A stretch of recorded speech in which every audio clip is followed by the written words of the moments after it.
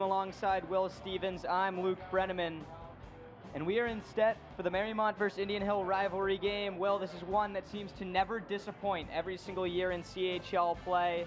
What's in store for us tonight? You know, Luke, you said it yourself, it never disappoints. It's Mariemont, it's Indian Hill, big rivalry game, always a physical affair. I couldn't be more excited for what we're going to see tonight. Yeah, well, both teams come in struggling just a little bit. Mariemont 1-3 on the year. This is even more rare than that. Indian Hill winless, 0-4 start for the Braves. They brought in new head coach John Rodenberg. This guy's a multiple-time state championship winner in Cincinnati. He was a former Moeller Crusader, and he looks to get the Braves in the win column tonight in Week 5. So we send it away here. Ryan Glassmeyer on the return gets stopped at the 25. And here comes the Warrior offense, led by quarterback David Dorsten. Will, what do we look for in Dorsten tonight? You know, Dorsten's he's a great athlete, and they're going to ask him to do a lot tonight, both with his arm and on the ground. He's sitting at just under 50% on the completion rate on the year. That's very respectable, but he's going to need to do a lot for this Warrior offense tonight, especially getting the ground game involved. That's going to be a big help for that Warrior team. Yeah, that's been a pretty big loss to the Warriors. I know we're deeper into the year than when I previously called the Week 1 game, but replacing running back Max Tepe, who was first-team All-State last year, has been very difficult. Elliott Brown, who's to Dorsten's left right now, has done a very good job, but David has done a lot on the ground. We need to improve his air game. They're going to start with a little play action. Dorsten QB keeper, and a very nice play made after Dorsten picks up just one. Dorsten on the carry, taken down by Carter after a 2 or 3 yard gain, second down.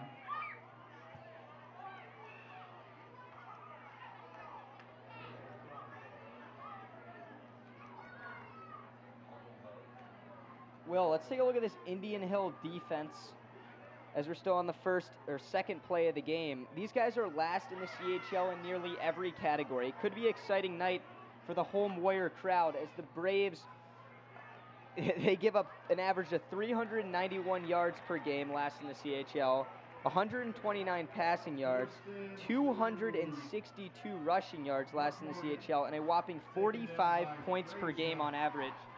As a Warrior student, these guys need points like nobody's business. They got shut out 33-0 last week, so hopefully they can get something going on this first drive of the game. You know, I think it's important to touch on that Indian Hill defense. You know, they've played some tough opponents so far, and we touched on John Rodenberg earlier. I think he's going to have these guys ready to go, and this is a defense that's going to be angry, and they're going to want to come out and pitch a shutout in this game. They're already backing the Warriors up, or I guess the Warriors are backing themselves up. After a 5-yard penalty, it's going to bring up 2nd and 12. Will, who are some weapons to look out for tonight for the Warriors? You know, we touched on Dorsten already, but I think Timmy Stewart, big receiver out there, number 17, as he goes, the Warrior offense goes, and that could really open up the ground game that we already talked about, is if they get Timmy Stewart going, they're going to have to look out for him on the Indian Hill side. Braves bring pressure. Here's Stewart on the outside. Dorsten just overthrows him, and Will right on cue. This is going to be a matchup that the Warriors pick on all night. I saw that at the top of your screen. Timmy Stewart, nearly 6'6", lined up against Noah Frazier for the Braves, who's a whopping 5'9", so that's a height disadvantage from the get-go.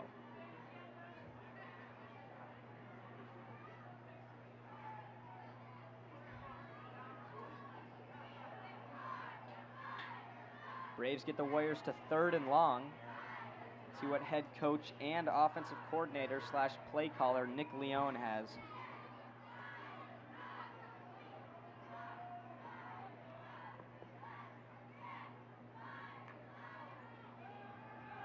Screen pass to Stewart. See if he can get some blockers. Takes it on the edge. There's some laundry on the field.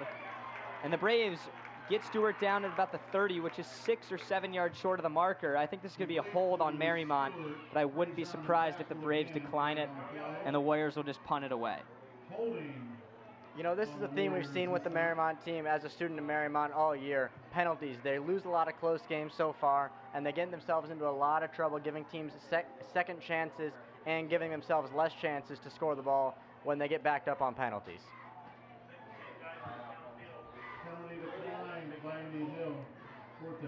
Like we thought, the Braves decline the penalty, and that'll bring out the punt team on the first drive of the game for the Warriors. They only pick up 4 yards A penalty after second down bumps them back, and quarterback and punter David Dorsten will send it away.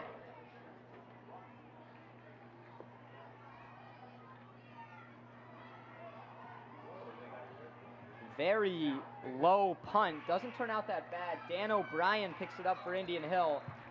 Takes it for about 6 yards as the Braves will take over on offense at their own 46-yard line.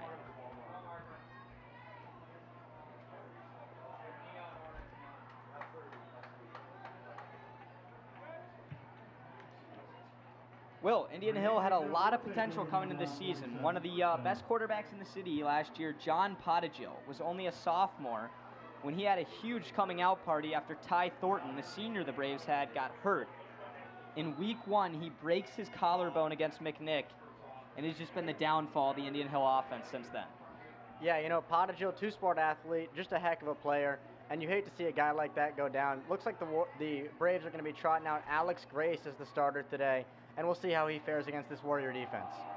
They hand it off on the first play and pick up positive yardage. If you were at Kusel Stadium last week from today, you saw a lot of carries from 5+, 6+, 10+, as the Madeira Mustangs ran all over the Warriors' front five.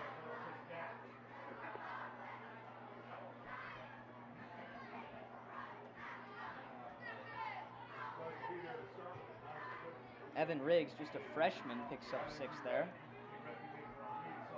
You know, it'll be interesting to see the Indian Hill running back split. They've got 2 sophomores and a freshman splitting the carries between Picton, LaBarbera, and then we saw the freshman just get the carry. So we'll see what they do tonight. There's another carry, a jet sweep type of play, and a great play by J.D. Long, as that's going to come back for at least a loss of 3 yards for the Braves. Long came shooting right through the gap and filled the edge.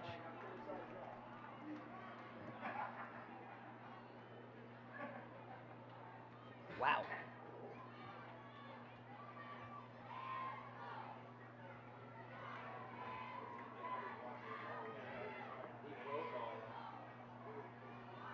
Here we go, back-to-back first drives for each team, and they have 3rd and long. Let's see what the Braves try to do.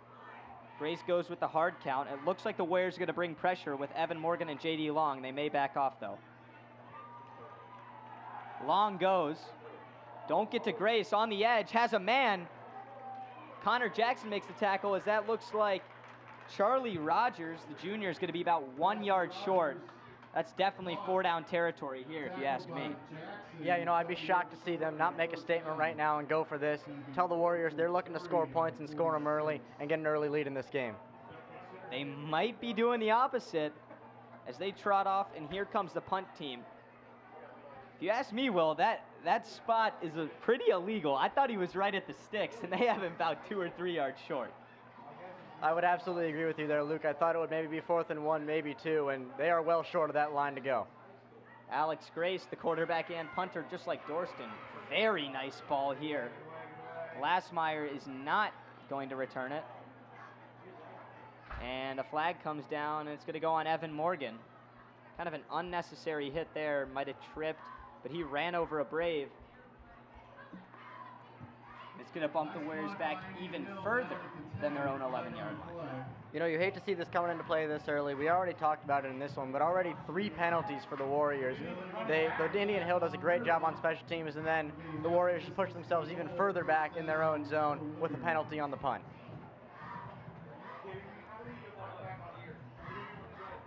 Really nice punt, though, from Alex Grace.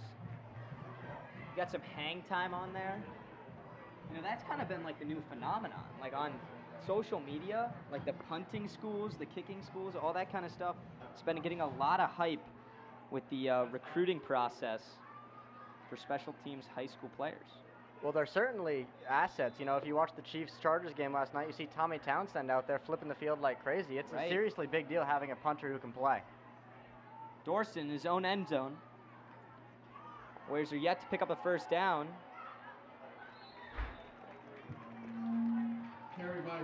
Duckwall gets the carry there. Just a freshman is Duckwall. Saw him get a touchdown in the Week 1 win against Norwood.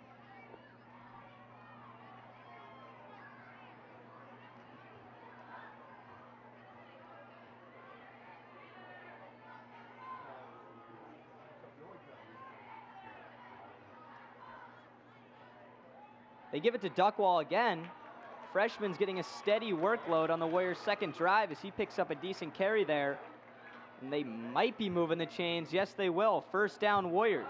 Duckwall carry taken down by Vollmer. First down, Warriors. That's a big first down for the Warriors there. After the punt by Alex Grace, you don't want to have to punt it right back and give Indian Hill great field position. That's a really big first down, first of the game for either team. Good pickup there by Duckwall. Yeah, very interesting call, though. Mariemont, we've seen the running back committee throughout the first 4 games this season, but Max Duckwall has been at the bottom of that list, and he just got back-to-back carries, and he's going to stay in the game. You know, I think Leon's got to be seeing something there, Coach Leon for the Warriors, that good week of practice or played well last week in that Madeira game, something like that to give him these opportunities. Another good run. He almost hurdles a Brave, picks up another 5 yards. Duckwall carries up for 5 or 6 yards, taken down by O'Brien. Second down. And Keep 4. feeding the beast.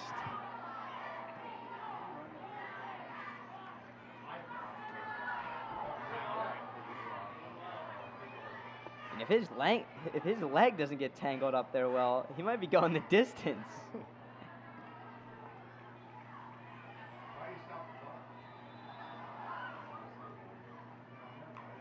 Dorsten, second and short, play action. All kinds of time. He can walk for a first down. That's what he does. Wow, great pickup, and he's not stopping. Pushed out of bounds after about a 30-yard gain across the 50-yard line is David Dorsten. Those are the type of plays that we've seen him grow up a little bit. Back in his earlier underclassmen days, he might have thrown that very smart decision using his legs. Takes it into Braves territory. You know, I love the play call there by the Warriors. Send the receivers downfield, see if they can get a big play. And then, as you said, just a phenomenal decision by Dorsten. Tuck it down, use his athleticism, and pick up just a bunch on that carry.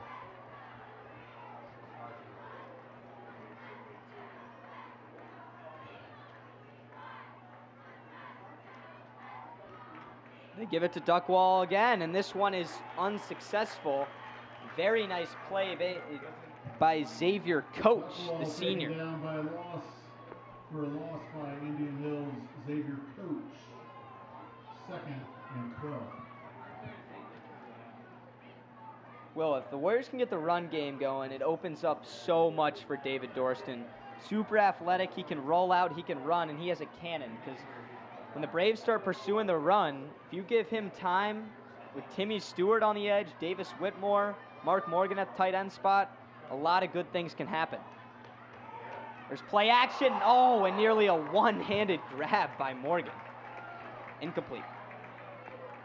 Pass almost called in. Incomplete pass coverage by O'Brien for Indian Hill. And you know, we see it there, just a little play action from Dorsten.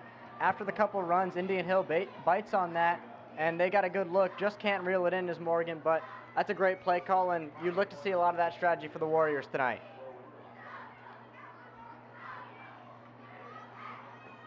Third and 11 coming up at the 50. 6 minutes and 40 seconds to go in the first quarter of play at Kusel Stadium. Dorsten in the 5-wide set. Look for Timmy Stewart at the top of your screen here. They're going to roll him out towards the Warrior sideline. He throws it off his back foot. He was lucky that one wasn't picked off. Pass incomplete, 4th and 12. Once again, good coverage by Dan O'Brien. Mariemont's going to have to punt this one again. Got to think Coach Rodenberg is thrilled with the play of his defense so far. 3 and out on the first drive. Then they give up the big play to Dorsten, but they settle back down, make the adjustment, and force the punt on the second drive. That's a great start for the Braves, and they'd look to continue that all game long.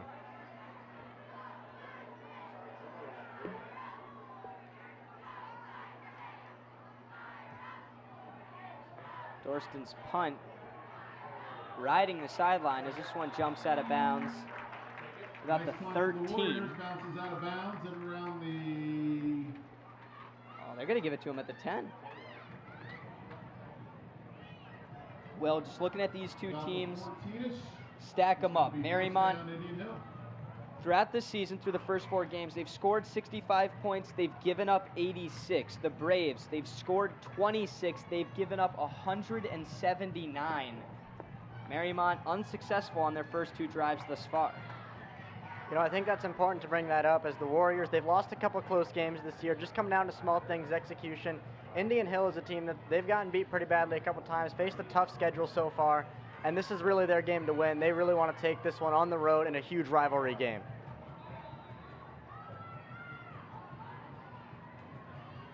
Grace hands it to LaBarbera, and J.D. Long stands up LaBarbera. Long's got it going tonight. LaBarbera on the carry, taken down right away by J.D. Long.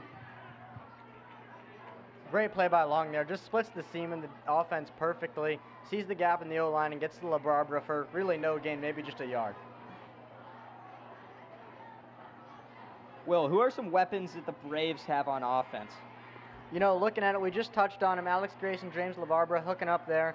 Penn Picton also part of that running back committee. And I don't think Indian Hill wants to get involved in a shootout in this game from what we've seen from their team so far. So look for a lot of run game from those two. They're airing it out, and this ball is underthrown by Alex Grace, and what a catch. Coming back to the ball is Noah Frazier. Wow. Noah Frazier on the reception on the long pass. Jackson on the tackle. Great ball by Grace, just a touch underthrown, but he saw the read, made the right play, and just a phenomenal play by Frazier to come back to that ball. I don't know how he was able to hold on to that one.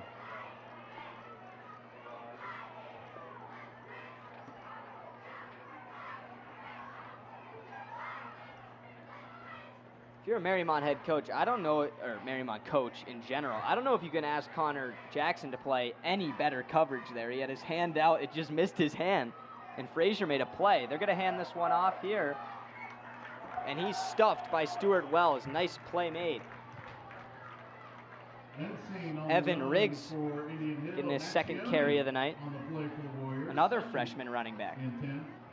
You know, it's interesting to see the committees from both teams at the running back position in this game, and I wonder if as we get into the second half, they're going to make a little bit more of a decision. You know, the Warriors, they might lean toward Brown or Duckwall at the helm, or maybe the Indian Hill Braves, they lean toward LaBarbera, someone who they think is going to make a play as we get down the stretch.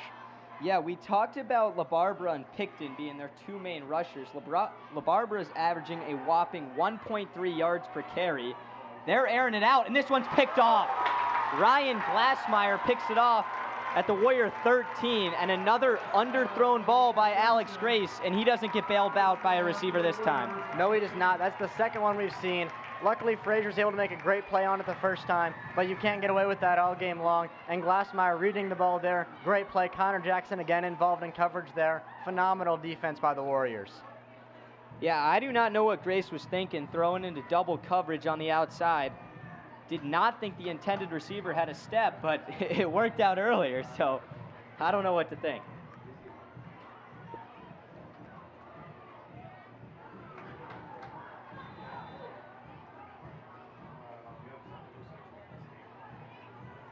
Warrior offense this year averaging 257 total yards per game, 160 of those coming through the air, and just under 100 on the ground. They're going to start first down on the ground, and Duckwall has a hole. He cuts it up the edge and gets brought down at about the 31-yard line after picking up 5. Duckwall for 6, taken down by Hayden. Second and 4.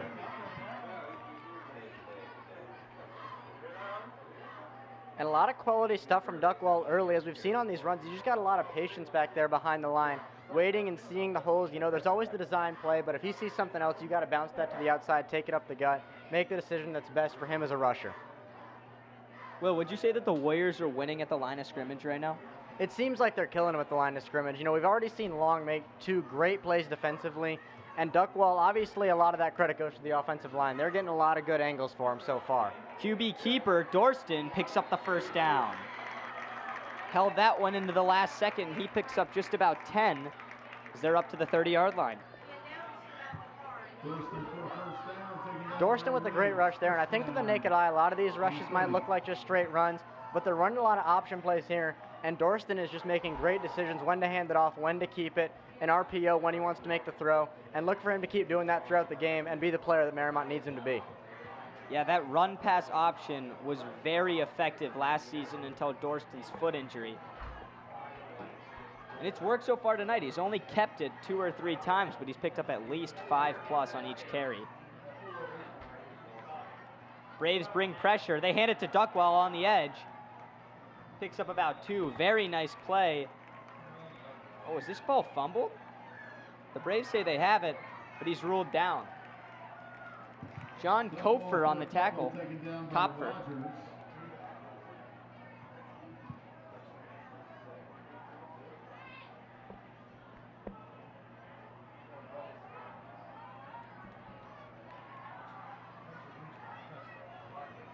Will, just under 3 minutes now in the first quarter. Timmy Stewart has 16 catches, 221 yards, and 3 touchdowns on the year. He only has 1 target tonight. You think they're going to look to him or stay on the ground? I mean, I think if you're the Warriors, you got to do what keeps working, but at some point, Timmy Stewart has to get involved if they're going to win this football game, and so far, Indian Hill's done a great job on him. Wow, big hit there from Evan Riggs. Cleaning up a little bit of the dirty work that the defensive line set up for him. That's going to bring up 3rd and 6. So another big 3rd down here for Mariemont. I think this is the point in the game where they got to look for Timmy Stewart. You see him going to the top of your screen here, and you understand the need to keep rushing, but Indian Hill's a well-coached team. They're going to look for that, but Timmy Stewart is a man that they cannot guard when balls are thrown well. Yeah, I mean, he's guarded by Noah Frazier, who's 5'9". They have Whitmore over the middle, and that's a straight drop. Ball might have been a little behind him. I think it was going to be right at the sticks, but the Warriors going to bring the punt team on once again. Yeah, we see the ball is just a little bit underthrown there. Whitmore would be the first person to tell you he's got to haul that one in, but even then the ball's underthrown so much so that I'm not sure he could have gotten the momentum to get to the line of scrimmage. Not sure it matters all too much at the end of the day. Back to receive for the Braves is Dan O'Brien. Junior has a very good frame, 6'2", 170, and the Warriors going to fake it. Dorsten on the edge. Let's see if he gets the first down, and they're going to move the chains. Super risky call by Mariemont's Nick Leone, or special teams coordinator, but David Dorsten makes it work. Stuart Wells, number 3, with that sealed block, and Dorsten turned it up. Great block by Wells there on the edge, and that's the kind of play that gets the crowd fired up, and that's what the Warriors game plan for going into this week. They want to get the crowd going, they want to make big plays, and they want to flip the momentum, and that's what that does as we round out the first quarter and get close to doing so. Yeah, now under 2 minutes in the first quarter. That was a very risky decision, but it paid off. What that also means is that Coach Leone is going to have a lot of confidence in his defense, that if they don't get that, perhaps, he thinks they're going to be able to hold them. So that shows a lot of confidence in your players to be able to make a call like that this early in the game. Yeah, I almost think that as much trust as it is in his own team, it could be. The Braves haven't showed you anything yet tonight, or anything yet this year, to be honest, Will. I mean, 26 points in 4 games. If I'm Nick Leone, I'm fine turning the ball over at my own 45. And I think the same can almost be said for Indian Hill taking those shots down the field. They might think the Warriors, we don't know if they can score yet. So both these teams, their offense needs to get going to show them what they can do in this game. Duckwall on the carry. Has a ton of room. He cuts this one up, and that's going to be a Warrior first down. Max Duckwall making his name known. The freshman getting a steady workload in the first quarter.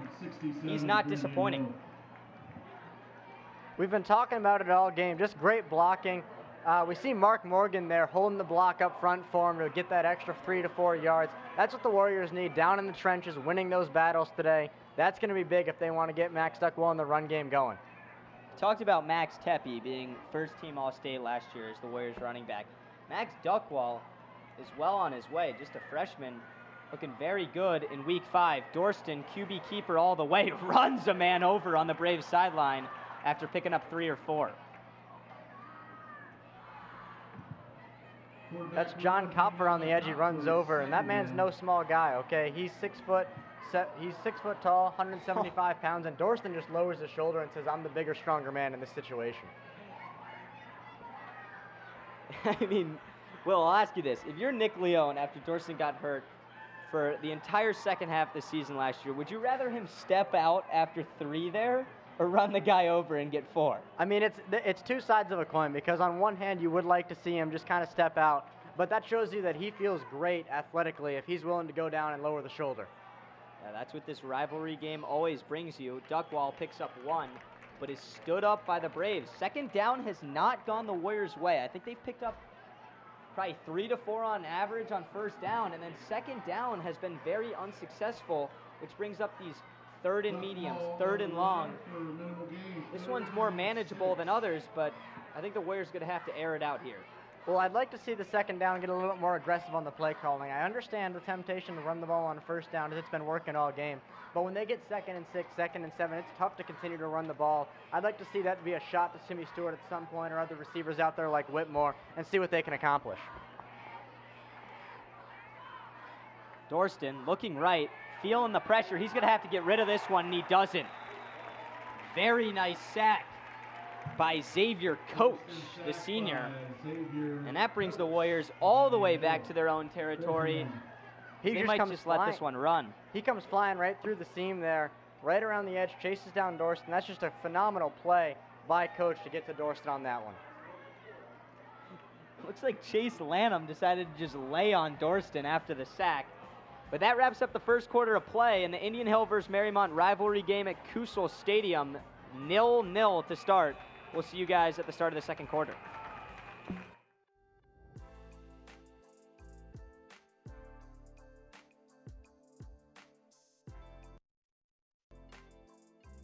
That leaves us with the next item on our agenda is item number 5, opening session. I want to thank everyone for joining us this evening. If you're out here at the parade or listening, thank you again.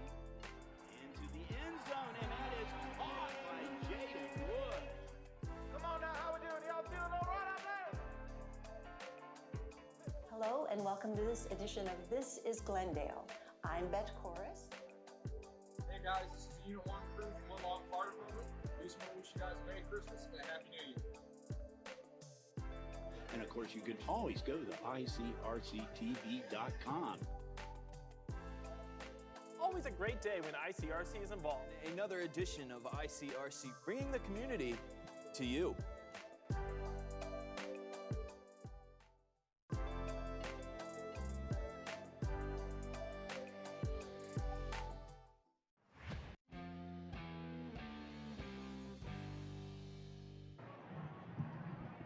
Second quarter will begin with Mariemont and Welcome back to Mariemont High School. The field is set to start the second quarter of play. And Mariemont doesn't even have a punter on the field. Is Evan Morgan going to punt the ball instead of Dorsten?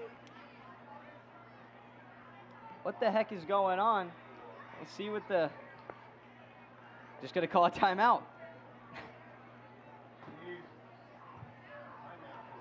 That's not a very good way to start the second.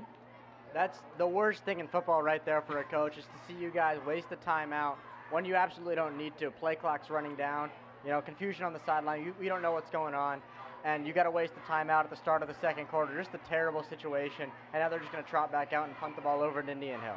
It looked like Mark Morgan just threw on his helmet, and he was like, the heck with this, I'm going to go punt it. And then they brought him back for his brother to go punt it, and then Coach Leone was like, all right, enough of this.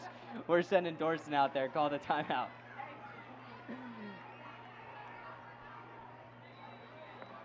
Now that the field is finally set and there is a punter for the Warriors, we're going to start the second quarter. Not a fake this time, but not a very good punt. Trickles out of bounds. The Braves will take over at about their own 29-yard line. Warrior defenses look great so far. You know, both defenses look great so far, and the Warriors have looked absolutely phenomenal. The Indian Hill has tried to go on the ground, they've tried to go in the air, and everything's been absolutely shut down. And it's been, I think, a large part to J.D. Long. He deserves a huge credit for what he's done so far. The Morgan brothers, obviously, super athletic, and they're doing a lot to this Indian Hill team. Yeah, just touching on J.D. Long. Super fast linebacker. I mean, you could go as far as saying J.D. Long is somewhat undersized just on paper, but they say he's probably the biggest hitter on the team after talking to the players. Oh, absolutely, and he's got the right mindset, too. When he sees that ball carrier, he says, I'm going to go get you, and I'm going to lower my shoulder, and I'm going to make a hit, and that's exactly how it should be done. QB keeper for the 6'4", Alex Grace, and Mark Morgan finishes the tackle made by Lupien. Very nice play to stand up Grace on first down for a loss of 1. You know, I think as this game goes on, I understand why both teams are conservative so far, but we're going to need to see some more aggressive play calling. The battle in the trenches is aggressive right now. Defensive lines have been doing a great job, but I think eventually we're going to need to see him try and air it out, and Alex Grace he does not need to be scared by that first interception. He has to have full confidence in himself. Yeah, they also need to get Grace going on some of the dump-offs, screens, everything like that. This guy only has a 28% completion rate for 211 yards on the entire season and 10 picks. So I don't think throwing deep balls like that is going to get you out of a slump. They need to get the ground game going, which has not looked very good, but some checkdowns I think would open a lot of things up for this Braves offense. I certainly do think it's strange the play calling so far in this game, and I assume it's been like this for many other games with what the scores have been and what Grace's stats look like. I mean, this is not a guy I was expecting to have the starting job coming in after Pottergill's injury, and now they've got him out here throwing deep balls, trying to make the big play all the time. It's not an easy thing for a guy to do coming into quarterback position like that.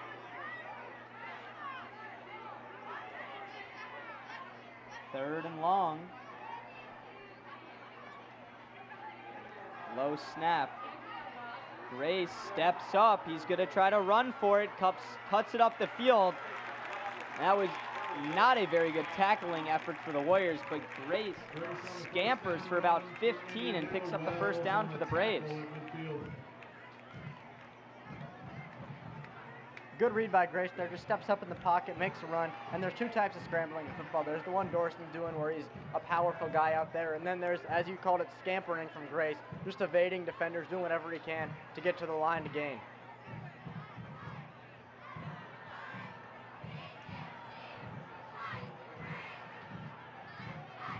Another QB keeper. Looked like a little bit of a miscommunication. Grace picks up 2.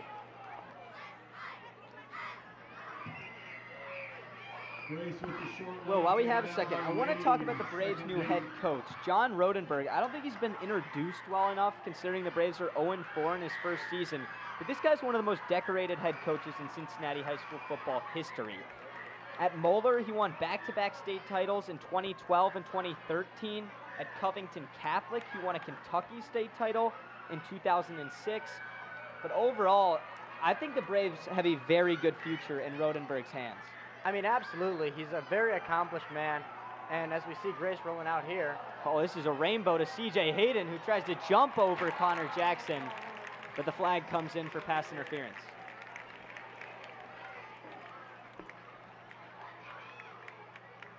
That's just another case of a ball being underthrown. Jackson all over the receiver, and when the receiver comes back to it, Jackson's in the way. So he's going to get booked. Somewhat of an unfortunate offense there.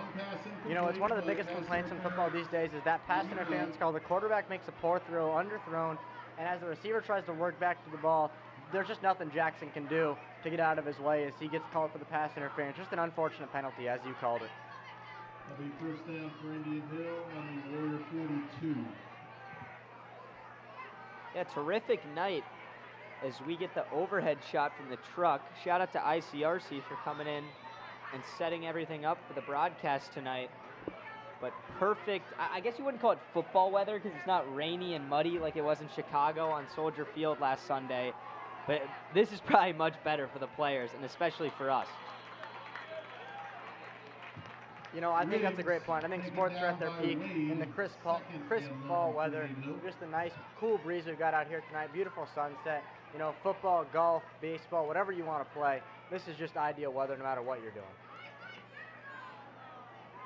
Yeah, Kusel Stadium is packed tonight. Warrior student section has been good all year, but the Braves always make their presence felt.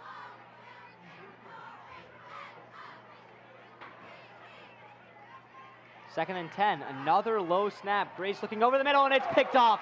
Mark Morgan's taking this the other way, and let's see how far he can go. He's turning on the Jets, and that's got to be a horse collar tackle. It's coming back. There's going to be 15 yards added on, and Mark Morgan with the pick. Taken down by Heaton at the end of the run. An extra yardage You know, we get the replay right here, and it's just going to keep eating at Indian Hill. You know, low snaps, high snaps. It throws Grace off of his rhythm, and just a phenomenal play by Morgan to read his eyes, step in front of that pass. You could see Grace just never saw him when he got that. Brady Heekin just grabbed Morgan's collar to drag him down. They might say it's the shirt. No, they're going personal foul, horse collar tackle, and that's going to be another 15 yards at the end of the return. Mariemont's got a very good chance to put some points up on the board here. Absolutely the right call by the officials there. We see Morgan at the end of his run just get grabbed from behind, drug all the way down to the ground. Just, I mean, there's no other way you can put that call. I think Leon would have been upset if that went any other way. That sure fired up Kusel Stadium. It was kind of silent all night and somewhat of a defensive dogfight. Mark Morgan as Mariemont deep into Indian Hill territory. Dorsten, QB keeper, big hole, picks up about 4.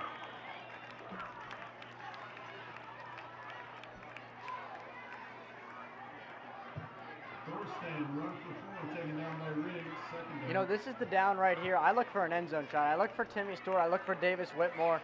It's second 5, second and 6, something like that. If you have confidence, you can pick up some yards on third down, maybe even be 4 down territory. I like a shot at the end zone right now, right here. Yeah, we have Owen Metz in the slot, 34. He hasn't been in the game too much, but he has a very good frame. He's one of the Warriors' tight ends. Going to get encroachment on the Braves. It's going to bring up 2nd and 1 after the 5-yard penalty.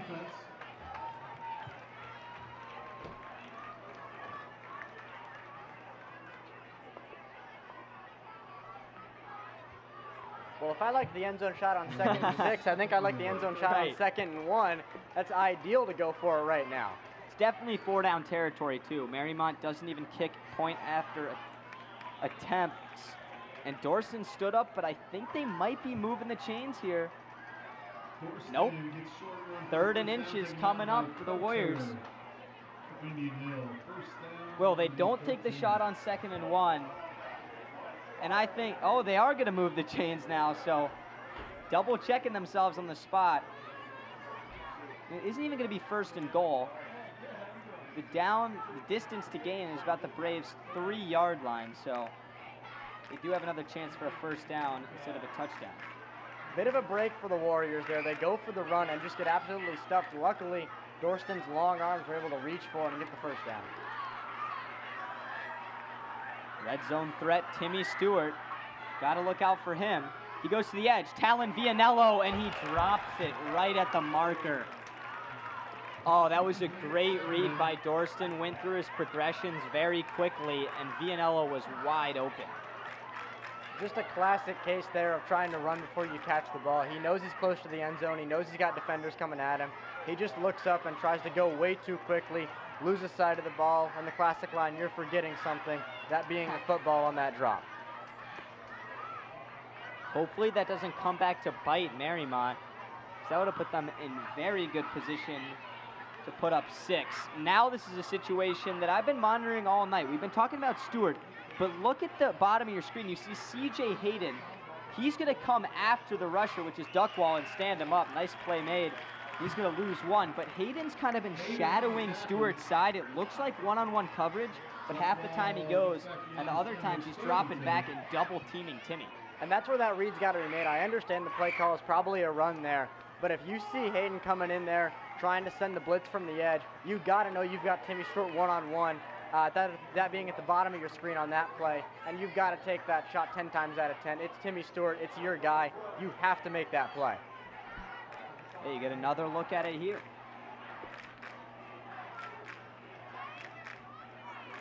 3rd and 10. Braves bring pressure. Dorsten on the check down to Ryan Glassmeyers. He only picks up 3 yards. That's going to bring up 4th and 7 from about the 10-yard line. Hooper on the play for Indian Hill, 4th and along 6.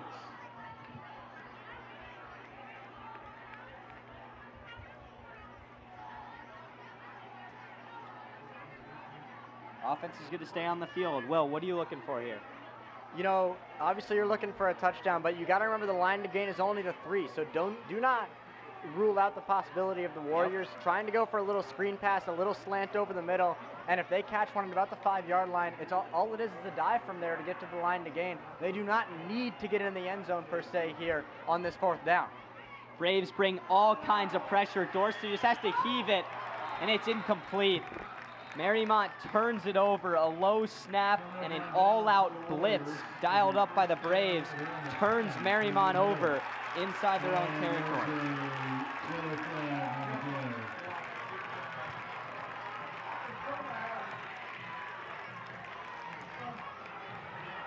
Flag comes in on Mark Morgan after the play. I think he must have said something to the Indian Hill DB. He looked to be the intended receiver on just the blown-up pass. You know, we've seen it a couple times with the Indian Hill center, and now we see it from Mariemont. Just the low snap, it completely throws off the quarterback's rhythm, and especially there, that penalty after the play will not impact the result, but we just see a low snap, it leads to just a terrible play for the Warriors, and Dorsten just has to heave one to nowhere. Morgan ran after Noah Frazier, the Indian Hill defensive back, like he almost wanted to run him over, but then he stopped. He must have said something because the official threw the flag right as it looked like he screamed.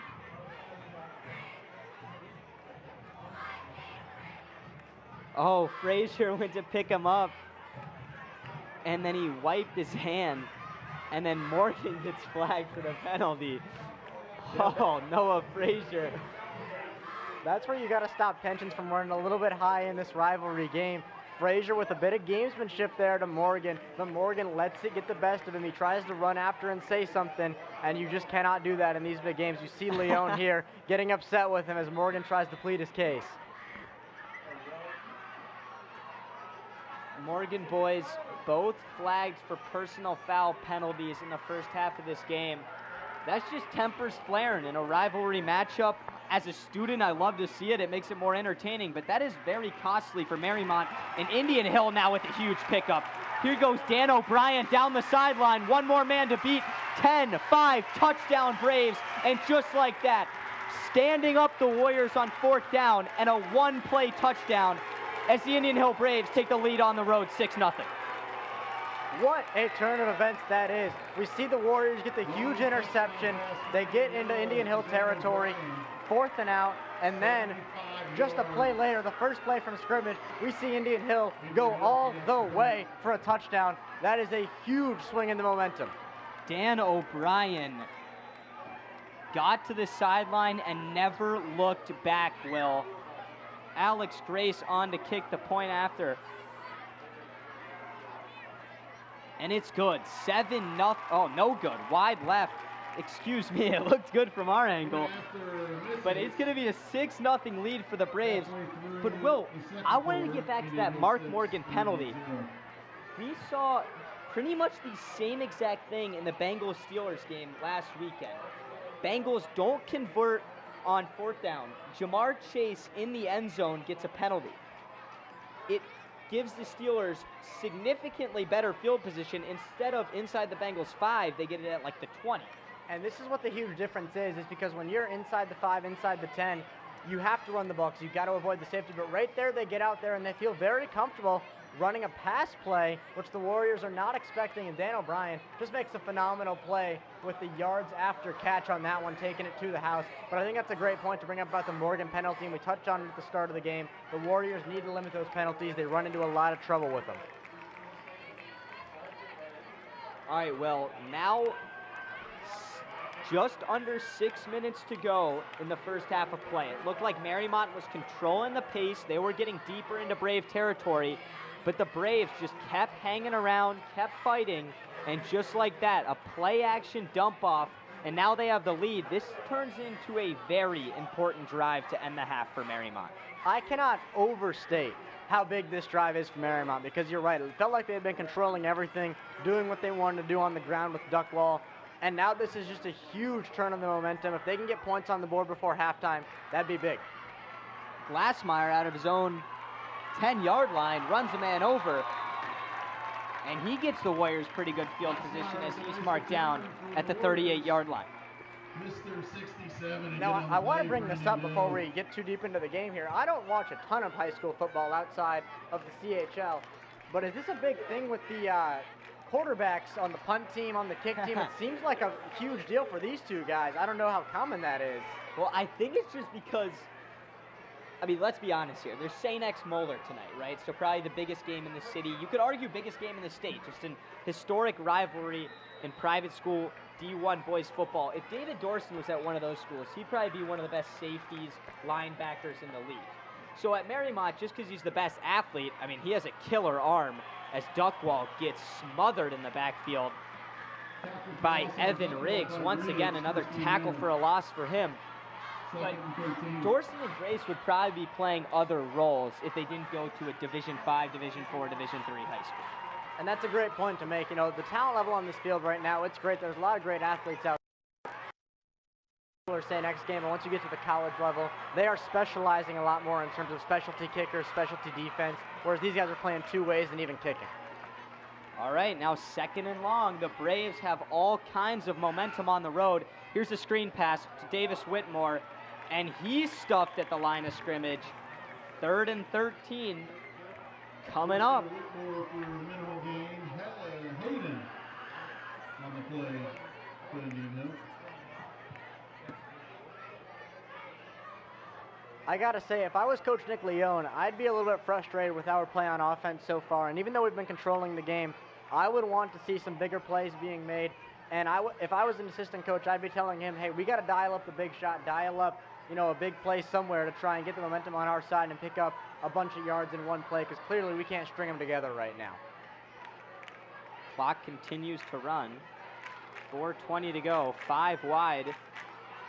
Dorsten has time over the middle, and he's picked off. Going the other way is Riggs once again, and the freshman is having himself a night. David Dorsten underthrew Mark Morgan, the intended receiver, by about 3 feet, and Riggs comes up with the pick. And boy, has the momentum flipped the other way in the last 2 minutes. And looking at it, it's simply just a bad play by Dorsten, okay? Because the receiver's there. He was looking for Morgan, and he was there over the middle. If he could have just gotten a little bit more on that throw, he's catching that ball at about the 40 to 45-yard line and then running more with it. But simply, you can deal with physical mistakes sometimes. One like that, that ball's got to be put over the head of the defender. Yeah, well, being next to the Mariemont coaches box in the press box, these guys were very frustrated, jumping up and down. I don't know if it was just Dorsten's decision, if it came down to just a few inches where Riggs was able to haul that one in. But the Braves will start in Mariemont territory, and it looks to be farther back. They must have got a penalty. You know, a penalty maybe is blocking the back is what we've just heard. You know, that's another big penalty as the Indian Hill Braves are now pushed back outside of Mariemont territory, just about the 50-yard line. Huge possession here for the Braves. You have a chance to get the ball back to start the second half and put up more points as they find Cj Hayden, the 6'6 receiver, on the screen pass for 6 yards. They have a chance to put up more points, Will, get the ball back to start the second half, and potentially run away with this one on the road. And, you know, I think that goes back to you're talking about the Mariemont coaching staff in the box next to us being so frustrated, because it is understandable how big of a play that was. Mariemont's looking to score points, get a tie ball game before half, and now all of a sudden Indian Hill's looking to go almost 2-for-1 Bill Belichick style with a score and then getting the ball at halftime, and that's really frustrating for the Warrior offense. 2nd and 5, 5 wide for the Braves. This is definitely a down that they have some flexibility to take a shot. They're going to do the opposite and dump it off to Hayden for another screen. Flag comes to the he's right on the sticks. Flag on the play.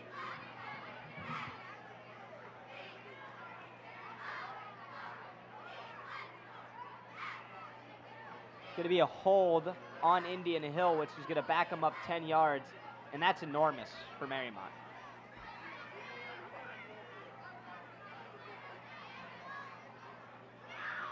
You know, that's unfortunate on the hold there because you could see they're trying to get Cj Hayden into a bit of a groove there. He's 6'6", 190, just a big body, and if they can get those check downs to him all day long, he can take those and run with them, run guys over. So that's an unfortunate penalty. As you can see, they were just starting to get into a groove on offense. And a long 8. Oh, it was Connor Jackson who actually drew the hold. He tried to slip the blocker, but he hung on to him a little too much. Grace has a lot of time. Here's a wobbly ball. This might be picked, and it is. Evan Morgan picks it off just like Riggs did to Dorsten, and that is a huge turn of events as Mariemont's going to get another crack at tying this one up before half. Alex Grace just misplacing balls. You know, this is one of the most poorly played offensive games that I've seen. Just poor decision after poor decision, poor execution. With Dorsten, it seems to be a little bit more of the execution bit of it. Grace, just a couple of weird decisions trying to throw the ball downfield to where I don't really see the receiver he's trying to throw the ball to, or if he has a step. I'm not sure what he's seeing down there. From up in the booth, I'm not really sure what he's trying to accomplish on that throw. Grace's touchdown to interception ratio now moves to 3 touchdowns and 14 interceptions on the year. Duckwall picks up about 2. We approach the 3-minute mark in the first half. You know, it's hard to realize this with just under 3 minutes left in the game. That seems like a lot of time, but if Mariemont continues to run the ball and throw these short passes, they might be running low on it. Remember, they had to waste the timeout earlier, and that could come back to bite them if they come into a situation where they're trying to score late in the half. Yeah, that's a good point, especially considering they're in no hurry. They're not up-tempo. They're huddling every single snap. Dorsten over the middle, and here's Mark Morgan, and this one's successful.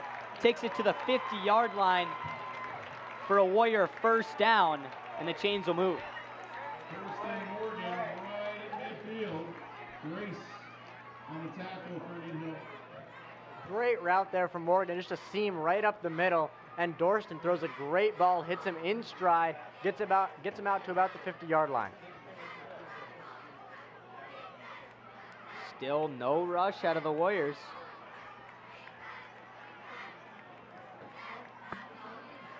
Alex Grace, Indian Hill's quarterback, playing both ways. He's the high safety. Braves bring the pressure. Dorsten dumps it off to Morgan. Now it's kind of just a emergency pass. They brought the all-out corner blitz from the far sideline. Good job by Dorsten to get rid of it. Once again, being next to the Mariemont coaching box, we could see some frustration there, and I think they saw that corner blitz coming and wanted to call a different play or at least try and hit a receiver up top, but instead Dorsten opted to go to the check down, as you said, just an emergency pass, and you wonder what could have happened if he could have seen more of the field and they could have gotten another play call to him. Yeah, you have to give a ton of credit to this Indian Hill coaching staff. I think they're doing a lot of things that's throwing off David Dorsten. They're bringing blitzes, they're showing one-on-one coverage, they're dropping guys back into double coverage. So they are doing a lot of unique efforts to slow down Timmy Stewart, David Dorsten. Davis Whitmore's been silent tonight. And you know, it's a great point about the coaching staff. And although Indian Hill has struggled this year, you know John Rodenberg, a great coach, he's going to have him ready to go in this game. And it's got to feel for the Warriors right now, like every time they look up, they see Cj Hayden because he is absolutely everywhere on the field. Yeah, it's hard to not see. Timeout Indian Hill before the snap. A minute, just under a minute and 30 seconds left. Will, what type of play, if you're the offensive coordinator, play caller, Nick Leon, what are you dialing up for this offense? What's worked so far? You know, we haven't really seen a ton work for the Warriors so far, but it's mostly been the run game with Duckwall and Dorsten on the option plays. But with a minute 30, you don't have time for that, especially with only 2 timeouts. They're taking their time, not in no huddle. So I'm not sure they have time to do that. I would love to see a shot to Timmy Stewart, Davis Whitmore, to Morgan, something like that, just to see if they can get a big play. It's time to start taking shots with under a minute 30 left, down by 6 at halftime. We're going to bring you into Fenwick versus Mount Healthy. Fenwick up 20-12. This is also on ICRC-TV. They're all over the city with high school football coverage. This one also in the second quarter, but very high scoring compared to Kusel Stadium tonight.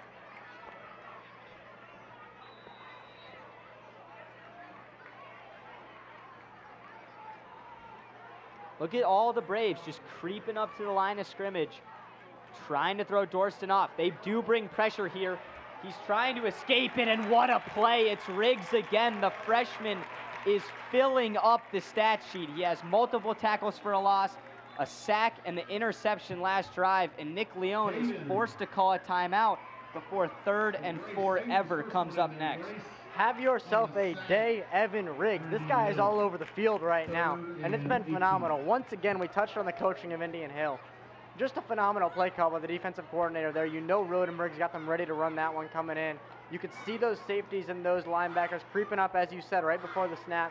And then as soon as they came in, they bring pressure off the edge, get to Dorsten. He's out of the pocket scrambling, and Riggs ends up getting to him at the end of the day. I honestly thought he was going to get out of that. He bounced it, it looked really good, and then Riggs just kind of threw his forearm at David's shin and was strong enough to bring down one of the strongest quarterbacks in the city. You know, it's just one of those things. It looks like Dorsten can evade it, and he's just such a great athlete, but when Indian Hill's got 4 guys running at you unblocked, it's so hard to evade those guys as they're sending the house at Dorsten. Will, to be honest, I'm kind of questioning Leone's timeout call there. I think now that it's 3rd and 15, only a minute and 16 left, you might just let that one run. I mean, I could get called wrong because he's taking a shot here to Timmy Stewart on the near side. Oh, Stewart almost corrals it with one hand. Once again, the 5'9" junior, Noah Frazier, is locking up Stewart on the outside. He's doing a heck of a job in a matchup where he is down at least 8 inches. I mean, this is completely blanket coverage looking at the replay. Ball is maybe just a touch underthrown, but overall a good throw by Dorsten, a good route by Stewart, but just phenomenal coverage. And you're right, you almost got proved wrong, but that timeout call, going back to it, is really strange looking back at it. If I was the Warriors right now, I'd be trying to go to the locker room as quickly as possible and regather ourselves at halftime. Yeah, I mean, it's almost like they could have just gone hurry up instead of wasting the timeout and like taking the same shot. It was kind of like a Hail Mary look. I mean, they called the timeout, they went deep, they were like, if it works, we'll keep playing, and then use a timeout if you convert the pass. But now the Braves have a serious chance to extend their lead with over a minute left. And they've been moving the ball on offense. If Grace doesn't throw the ill-advised pick last drive, they were inside the Warriors' 40. And, you know, I think it goes back to your point about maybe Leone's not terrified of this Indian Hill offense. But from what we've seen so far in this game, it's time for Mariemont to dial it back and just play a normal game of football. And both teams got to cool it down on these shots they're taking, because although it is 6-0, this has been one of the most entertaining 6-0 ball games I've ever seen. Interceptions left and right, guys are getting sacked. The defensive play calling has been fired up.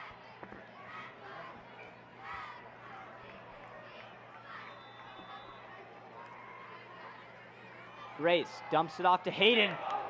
Is this picked? Oh, it hit the ground. Connor Jackson almost fell into his hands after a drop by Hayden. Almost makes the pick on that play. 2nd down and 10. Will, are you somewhat surprised that throughout the season, the 6'6" Cj Hayden only had 7 catches coming into this game? And I think that's part of just with a new coach coming in, you know, Pottigill getting hurt, just finding that chemistry and fitting pieces of the puzzle together, because he's certainly a weapon for this team, but they just got to figure out the right way to use him, and I assume as the season goes on, they're going to get that more and more. Grace, pump fake, another deep ball, Hayden intended receiver, and he pulls out his inner Randy Moss, going up and over Connor Jackson. He was in double coverage, and here come the Braves inside Warrior territory with 49 seconds left, and the clock stops as they move the chains. And it's exactly what we just talked about. Cj Hayden getting that chemistry down. He's got just the 5'8" Connor Jackson on him. Just a huge, huge advantage for Jackson. Or disadvantage for Jackson, excuse me. The clock doesn't run for some very odd reason. Maybe he was out of bounds. Here's Hayden. He's going to throw it. He has to open Noah Frazier. Look at this trick play. And the Braves are going to go up 12-0 to end the first half. Oh my goodness. Cj Hayden throws an incredible ball to Noah Frazier on the double pass. What a call by the Indian Hill Braves. That is remarkable to see a little bit of trickery this late in the half. They know they got to get points on the board. Let's look at a good replay here. They look like they're throwing another screen pass to Hayden, which has done all game. Then he just drops back, gets hit as he throws, and Frazier makes a great play on the ball, dives for the pylon. One of the best things you'll see all season. Wow, this does not look like an Indian Hill team that we've seen thus far. They now have 13 points, which was half as many points on the entire season coming into this one throughout their 4 games. And this comes back to that timeout, Will. The Warriors did not have to call the timeout on 3rd and 16 to throw a bomb on the sideline, and it gives the Braves a minute, and they only need 20 seconds of it. 2 huge plays, and now they're up by 2 possessions. And you took the words right out of my mouth, Luke. As we go back to that timeout, we knew it was an ill-advised decision at the time. And Indian Hill, they've been taking those shots all game that we've been questioning, but it finally pays off with the big completion to Hayden, and then the trick play to score the touchdown at the end of the drive. I mean, Indian Hill coaching tonight, A+. They've had the offense flustered for Mariemont. But now, Will, it brings up another tough decision, because if you make poor decisions, they only get tougher from here on out. Do you try to score with 1 timeout and 40 seconds left? You know, it's just one of those things where it could be frustration building on frustration. As we get another look at the touchdown, we know that that's going to hurt the Warriors, and they could try and make a big play at the end of this half, but that could also come back to bite them. If I'm the Warriors, I'm running this clock out, and we're going to halftime, and we're regrouping, but we'll see what they elect to do. It's a really good kick by Grace. Glassmeyer, hoping to get good field position, is dragged down at the 25. Mariemont has 33 seconds if they want to make an attempt at getting some points now. It's been 6 quarters, if they don't score in these next 33 seconds, that the Warriors have been shut out. And, you know, I think it's one of those things that if that gets inside their head, it's going to really hurt them. They got to go out there with full confidence in themselves, full confidence in David Dorsten, and they got to go into the second half, or maybe try and finish out this first half doing something special. We'll see what Leon has dialed up for the Warriors here. Yeah, just another reminder, the Braves will get the ball to start the second half of play. What a trick play. That was very entertaining. David has all kinds of time. He's airing it out towards the far sideline. What a play. That ball was on the money, and it's broken up. I couldn't see it. It looks like it was 0, but it might have been 8. I think it was Kopfer. What a play, just getting his fingertip on it. It is John Kopfer there on the breakup, but that's the type of shot you love to see, because that's a great ball by Dorsten. He's putting it where his receiver can get it or no one can get it. The best that Kopfer could do there was just break it up. No chance for an interception. I didn't hate that play call there, trying to make something special happen. Really a great execution by Dorsten. Nothing you can do about Kopfer coming in with that play.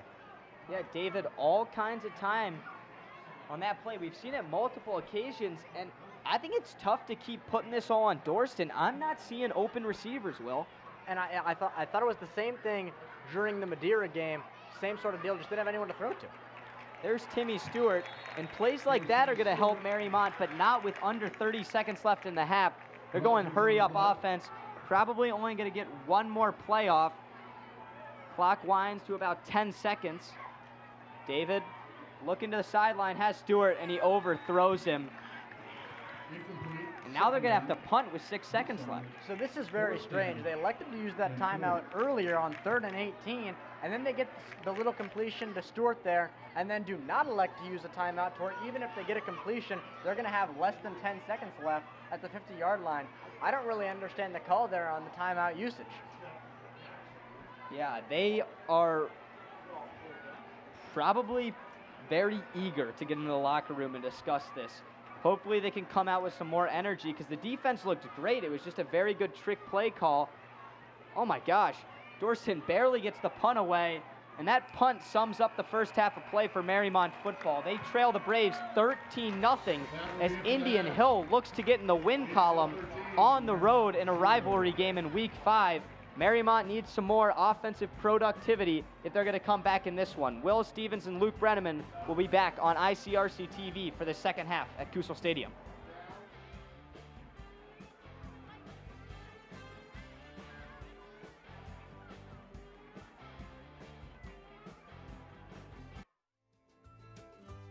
On air or online. This is media for your community. This is ICRC-TV. There's no better feeling than to be a part of a fire department. This is a family. Police officer, it's a great job. It really is. You never know what you're going to get. You never know who you're going to help. We're forgetting what's going on outside. We're focusing on what's going on in here, and we're all family. This idea of a family academy, connecting families to talk about relevant issues. Unbelievable. Milford has stormed all the way back in this football game. The Warriors in the state finals! State finals! Ohio Wesleyan, here we go! And it's up to every one of you all to keep this going and carry the torch. I hope you will do that. Thank you. ICRC-TV.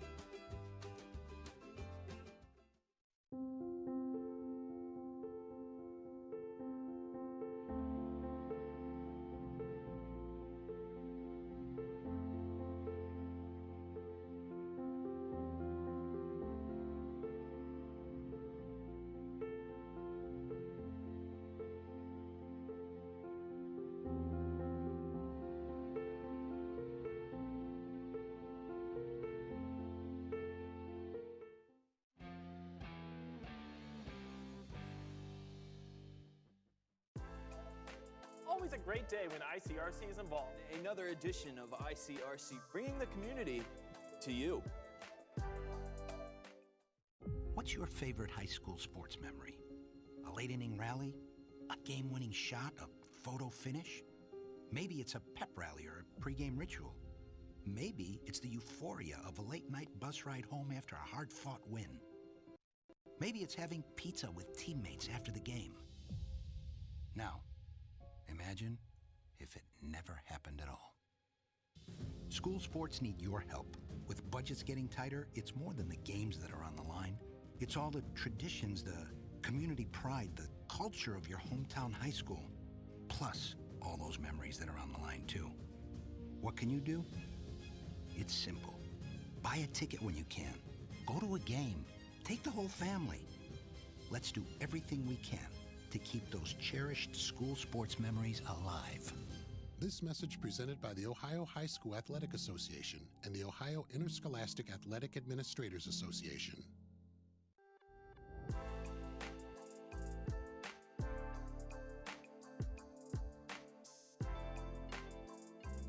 That leaves us with the next item on our agenda is item number 5, opening session. I want to thank everyone for joining us this evening. If you're out here at the parade or listening, thank you again. Into the end zone, and that is caught by Jaden Wood. Come on now, how we doing? Y'all feeling all right out there? Hello and welcome to this edition of This is Glendale. I'm Bet Chorus. Hey guys, this is the Unit 1 crew from Woodlawn Fire Department. We just want to wish you guys a Merry Christmas and a Happy New Year. And of course, you can always go to ICRC-TV.com. Always a great day when ICRC is involved. Another edition of ICRC, bringing the community to you. Looking for future leaders we can believe in? Look no further than the high school student athletes right here in Ohio. High school sports teach young people how to be effective leaders. It includes learning to listen, accepting responsibility, being a good role model, and it's about respect. The result, it transcends sports. It gives us hope for the future. This message presented by the Ohio High School Athletic Association and the Ohio Interscholastic Athletic Administrators Association.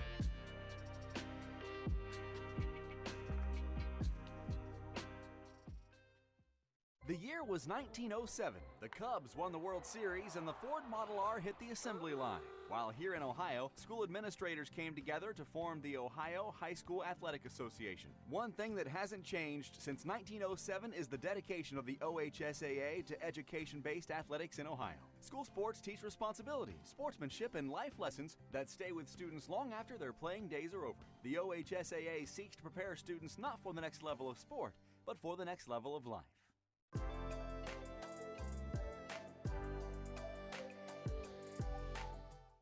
Why do they officiate? For some, it's a way of staying involved in a sport they grew up with.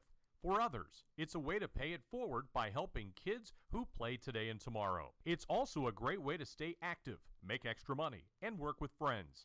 And all of them will say it boils down to one thing: the love of the game.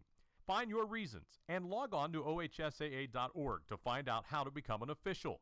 You'll be glad you did. This is the Ohio High School Athletic Association. Educate through sports. Hi, I'm Doug Uke, Executive Director of the Ohio High School Athletic Association. The OHSAA seeks to promote diversity, equity, and inclusion in all of our athletic programs and is dedicated to working towards making sure they are free from any form of discrimination, harassment, and bullying. We strive to make all of our student athletes feel welcome and safe. Please join me in helping create an environment that emphasizes respect, teamwork, and understanding in order to build a culture that celebrates both the accomplishments and uniqueness of all of our participants.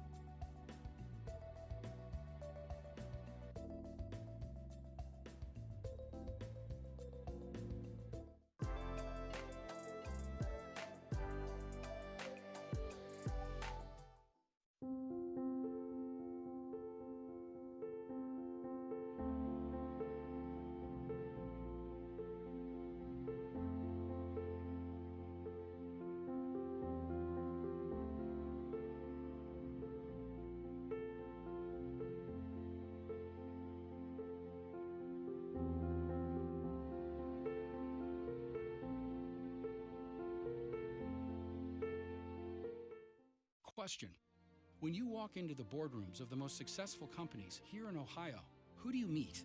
Answer: men and women who played high school sports. Education-based high school sports give us more than athletes we can root for.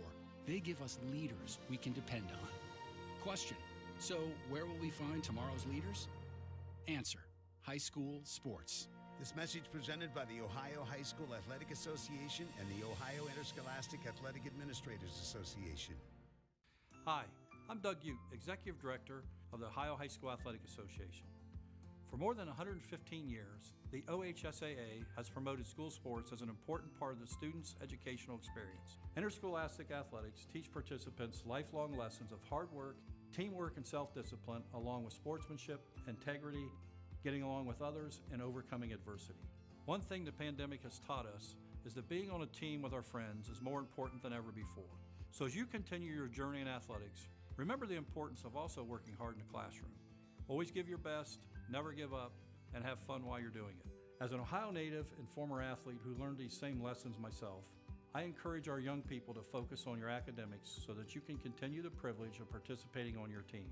After all, the lessons that school sports teach us today will prepare you for the wins and losses in life tomorrow. Education is the key to life's successes.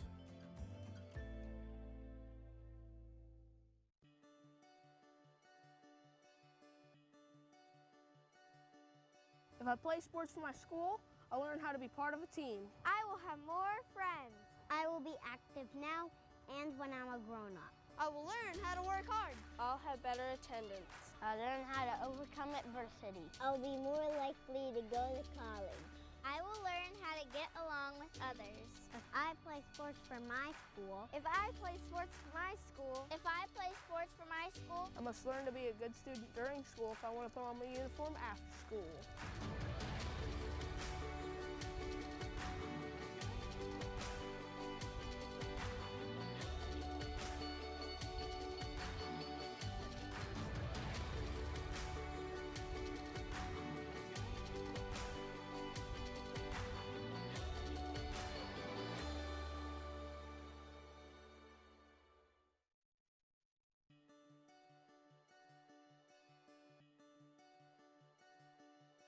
If I play sports for my school, I will have more confidence. I will get better grades. I will learn how to show good sportsmanship. I will be more physically fit. I will learn how to handle wins and losses in sports and in life. I will have more school spirit. I'll learn how to work together. I will learn to set goals and work to reach them. I'll make good decisions off the field. If I play sports for my school. If I play sports for my school. If I play sports for my school. I will learn how to be a leader.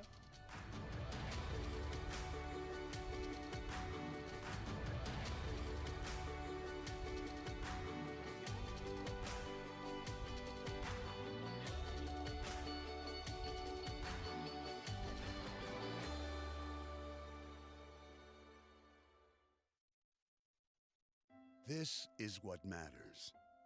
This is beyond X's and O's. This is the difference mutual respect makes. This is what character looks like. This is what defines us in Ohio. This is sportsmanship.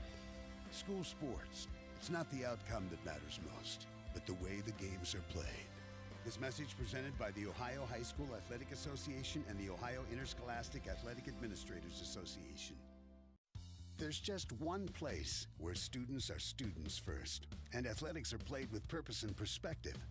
There's just one place where a team is more than a group of individual agendas.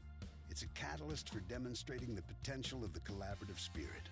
There's just one place where players, coaches, and fans experience the exhilaration that happens when an entire community rallies behind the school team. That place is your local high school. High school sports offer more than the joy of competition. Studies show that student athletes are more likely to enjoy greater levels of achievement in other areas of their lives, including academics. In addition, high school sports help young people in Ohio develop the discipline and confidence they need to be leaders in life, even as they unite communities like nothing else. High school sports, a winning part of a complete education. This message presented by the Ohio High School Athletic Association and the Ohio Interscholastic Athletic Administrators Association. Hi, I'm Beanie Wells. Whatever the sport, wherever it's played, there's one thing that student athletes, coaches, and fans can all share: sportsmanship. The Ohio High School Athletic Association Respect the Game campaign reminds us that school sports are so much more than wins and losses. On behalf of the OHSAA, let's all do our part to make school sports a fun, positive, and rewarding experience that student athletes will remember for a lifetime. Every game, every time, let's all respect the game. This message presented by the Ohio High School Athletic Association.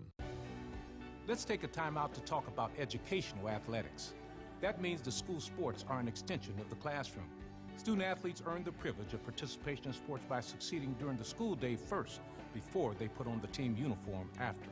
Student athletes prove that with better attendance records, higher GPAs, and fewer discipline issues than non-student athletes.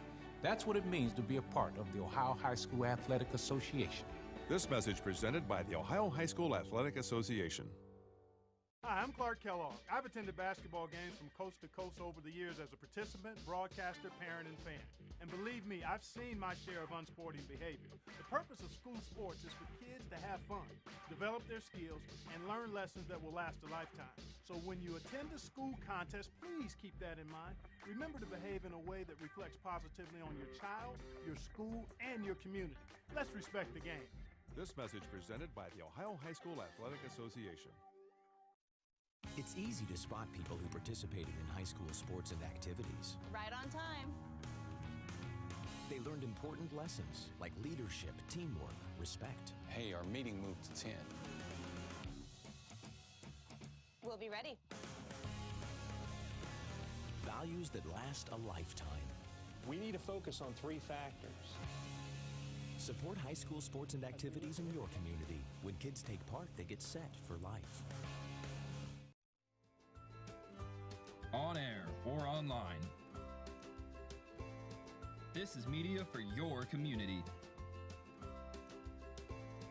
This is ICRC-TV.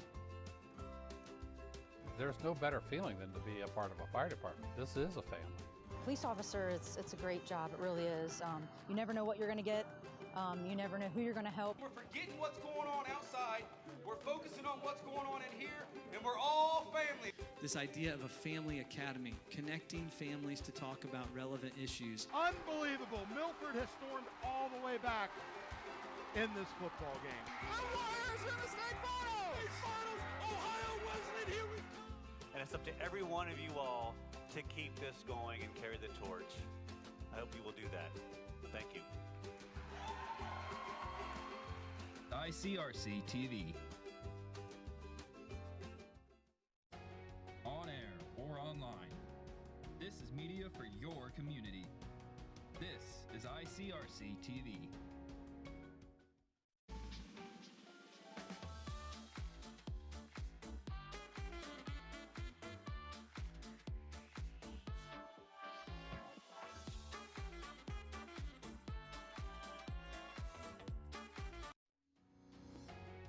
Hello, everyone, and welcome to ICRC-TV Sports. Three-pointer. Got it! What a goal! Mariemont going to the championship!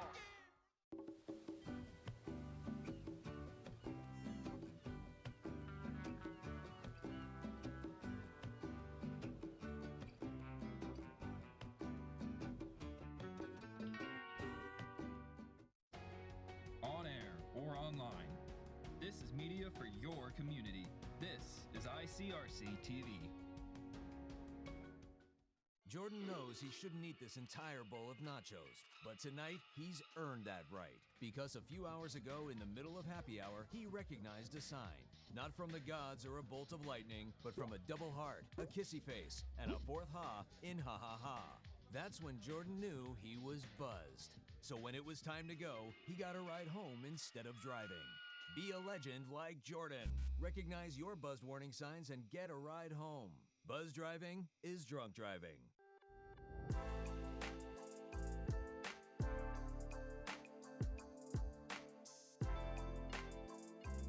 That leaves us with the next item on our agenda is item number 5, opening session. I want to thank everyone for joining us this evening. If you're out here at the parade or listening, thank you again. Into the end zone, and that is caught by Jaden Wood. Come on now, how we doing? Y'all feeling all right out there? Hello and welcome to this edition of This is Glendale. I'm Bet Chorus. Hey guys, this is the Unit 1 crew from Woodlawn Fire Department. We just want to wish you guys a Merry Christmas and a Happy New Year. And of course, you can always go to ICRC-TV.com. Always a great day when ICRC is involved. Another edition of ICRC, bringing the community to you. If I could be you, and you could be me for just 1 hour. If we could find a way to get inside each other's minds. Walk a mile in my shoes. Walk a mile in my shoes. Well, before you abuse, criticize, and accuse. Walk a mile in my shoes. Freedom. It's at the core of who we are. The freedom to live without fear, to jog where we please, to wear a hoodie. The freedom to breathe. Before we celebrate the freedom most Americans have, we must fight for the freedom all Americans deserve. Because all lives can't matter until Black lives matter.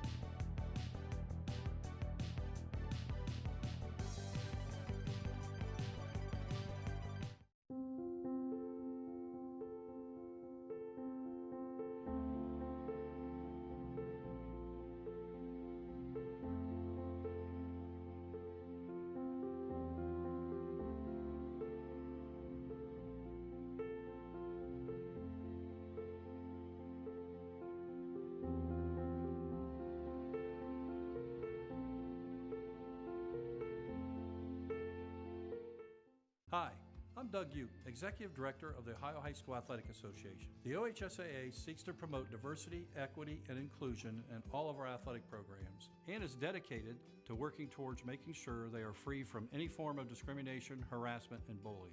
We strive to make all of our student athletes feel welcome and safe. Please join me in helping create an environment that emphasizes respect, teamwork, and understanding in order to build a culture that celebrates both the accomplishments and uniqueness of all of our participants.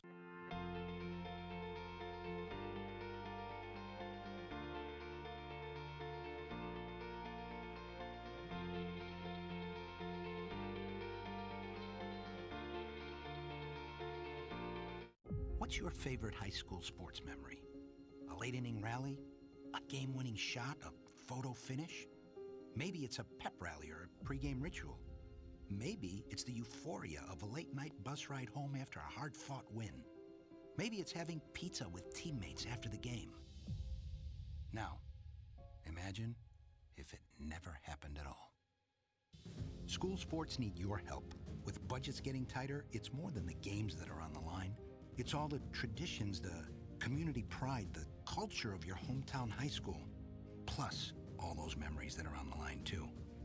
What can you do? It's simple. Buy a ticket when you can. Go to a game. Take the whole family. Let's do everything we can to keep those cherished school sports memories alive. This message presented by the Ohio High School Athletic Association and the Ohio Interscholastic Athletic Administrators Association.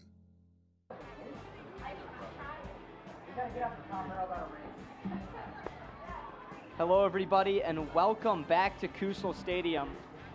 Taking a look at some of the touchdowns from the first half of action. And Will, 13-0, typically not very exciting in high school football. But that was one of the most exciting, low-scoring halves I've ever seen.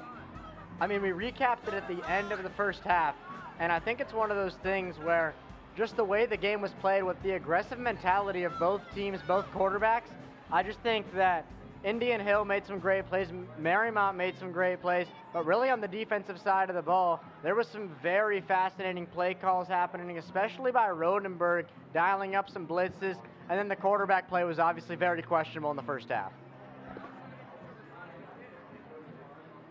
Yeah, well, we will be back at kickoff for the second half, just about 30 seconds before we start up.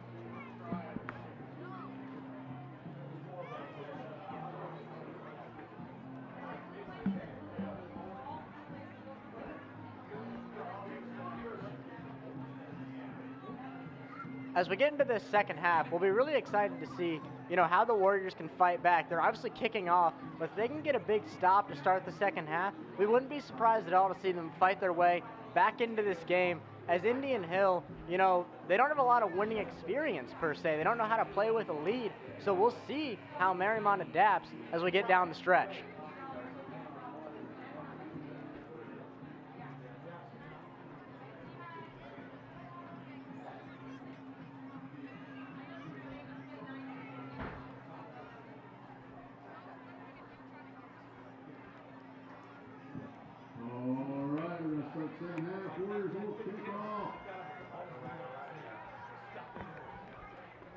Sorry about any confusion, a little bit of a mishap with the open there. We had some technical difficulties, but we're back. And Will, the Braves took over that first half of football, and it was almost like they stole it. A trick play touchdown to end the half after a poor timeout decision, whatever you may believe there. It led to a Braves touchdown, and now they're up 13-0. I'm catching my breath, but we still have a full another half of football here, and the Braves will start with the ball.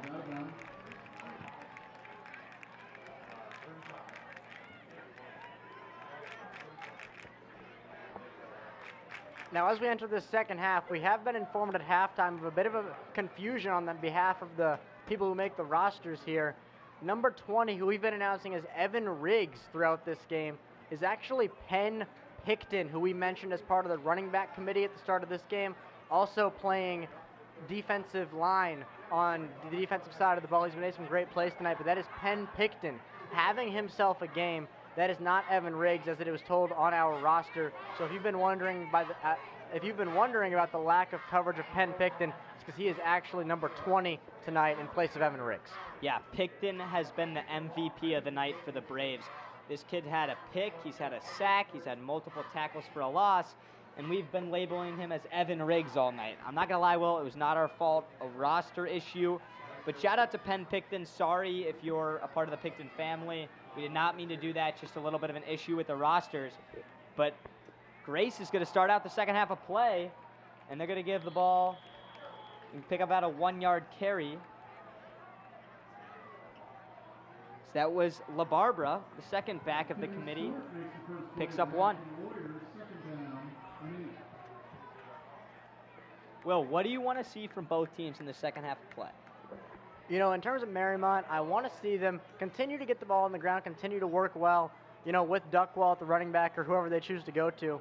But I also want to see some more shots down the field. You know, Timmy Stewart, we keep saying it, we keep saying his name, but he's their guy, and they got to go to him. In terms of Indian Hill, you know, I don't want to say keep doing what you're doing because they really got, you know, that one drive at the end was really great. But other than that, you know, plays like this, just the run play up the middle, you know, run it right down Mariemont's throat.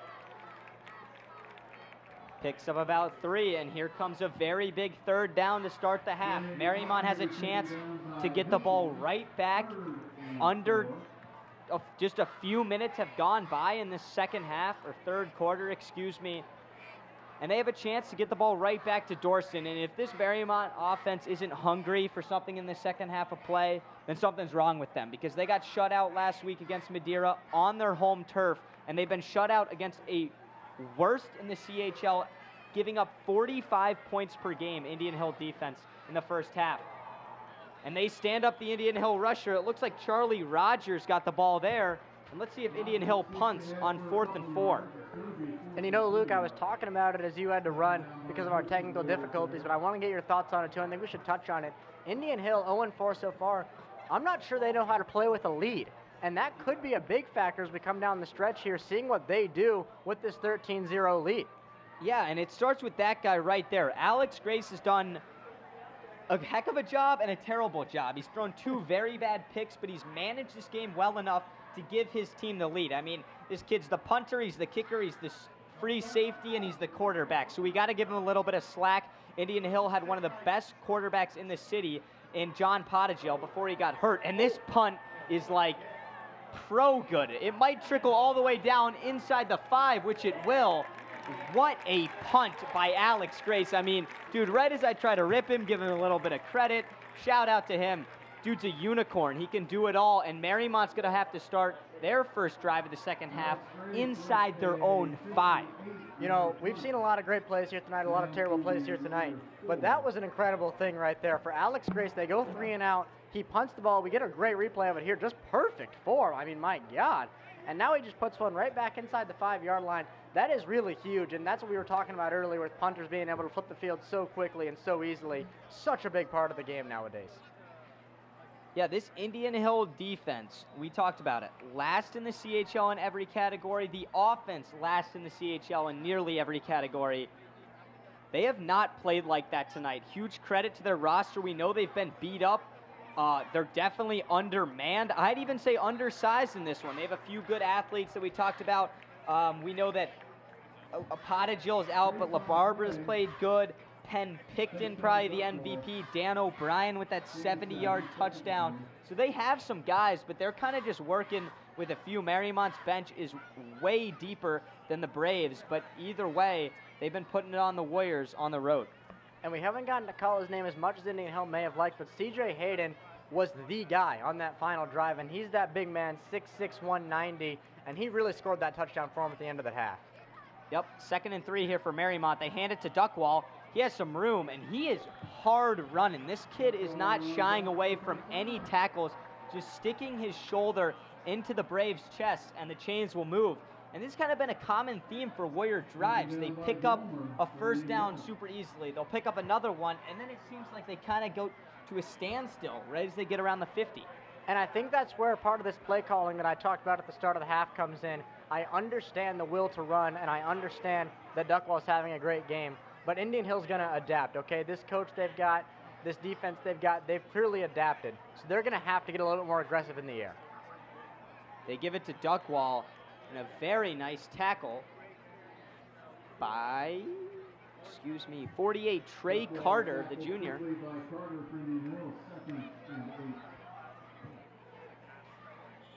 It's almost unfortunate that Mariemont had to give up that touchdown. Of course, obviously it's unfortunate, but they played a heck of a half defensively in the first 2 quarters of play. And a trick play after the defense probably didn't expect to go back onto the field when Mariemont got the ball with under a minute left.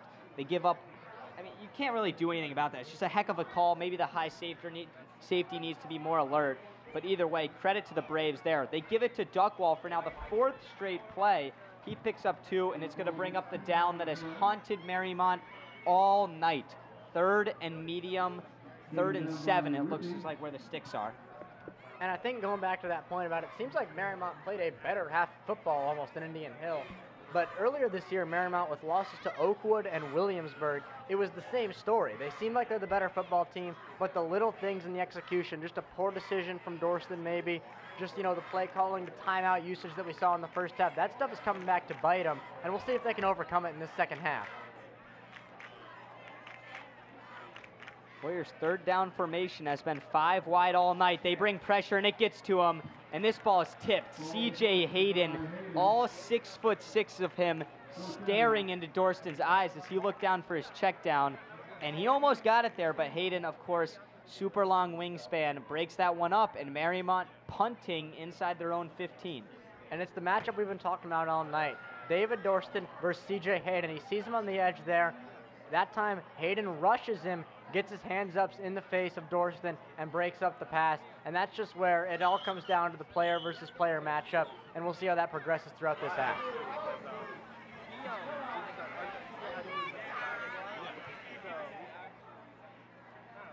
Dorsten gets this one off cleanly, takes a Warrior bounce. This one's going to continue to trickle into Braves territory. So a very rare bright spot in the last few minutes of football for Mariemont, but that's going to be a big one. Indian Hill had a chance to get really good field position after their defense holds the Warriors inside their own 20, but now they're going to have to take over at about their own 32-yard line.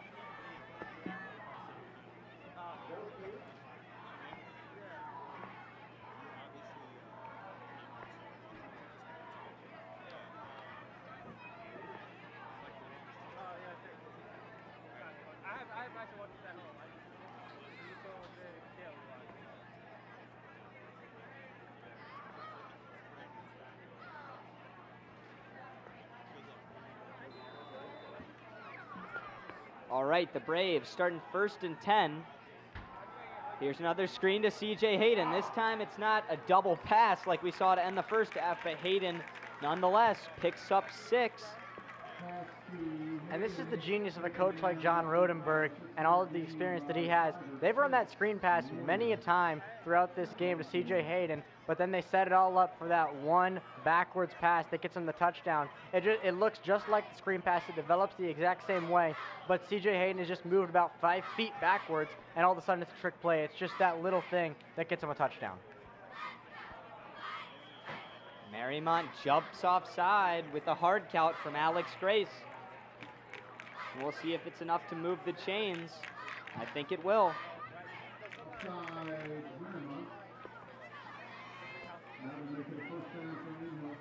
The Warriors cannot allow frustration to kick into play. It's way too early. Very manageable lead to get back. The Braves, like you said, they haven't protected a lead all year. They're not comfortable in this position. Grace over the middle looks comfortable as he finds O'Brien for a pickup of 15. Into Mariemont territory they go as he's tackled at the 39.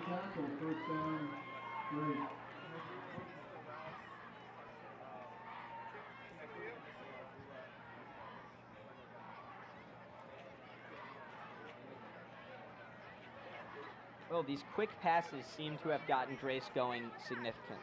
And you touched on it at the start of the game, did a great job saying that instead of these deep balls, they might want to try throwing some checkdowns, some short passes.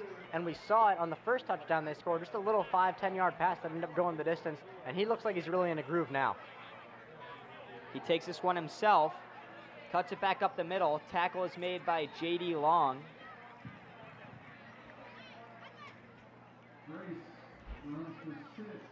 London Hilgen in on the stop as well.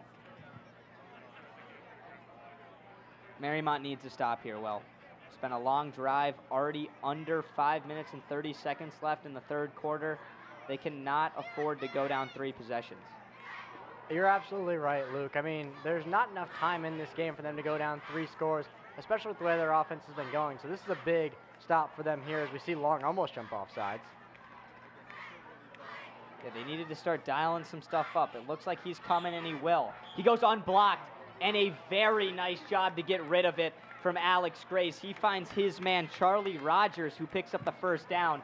J.D. Long came right through the A-gap, unblocked, and Grace, knowing his progressions, knowing where his guys are, just a bullet right out to his man, Charlie Rogers, who eventually picks up the first down. As we see a great replay of it here, you're right. Grace feels the pressure, but he knows that he's got his man out there for just a nice little check down on the curl route. And I think that's something we'd like to see a little more out of Dorsten in this game, as he's trying to run away from that pressure a lot, and when Indian Hill's sending the house, he can't get away from it. It didn't even look like a Mariemont corner was in sight, though, on that replay. It must have been a little miscommunication. Here's a screen to Hayden as he just trips. Nice play by Morgan. Oh, whoa! How is there not a flag thrown there on John Kopfer? He just jumped on Evan Morgan after the play. That's what you get in the Mariemont Indian Hill game. We talked about it. It's always a dogfight. Guys, I mean, I wouldn't consider that a cheap shot, but it was definitely after the play. Here's another look.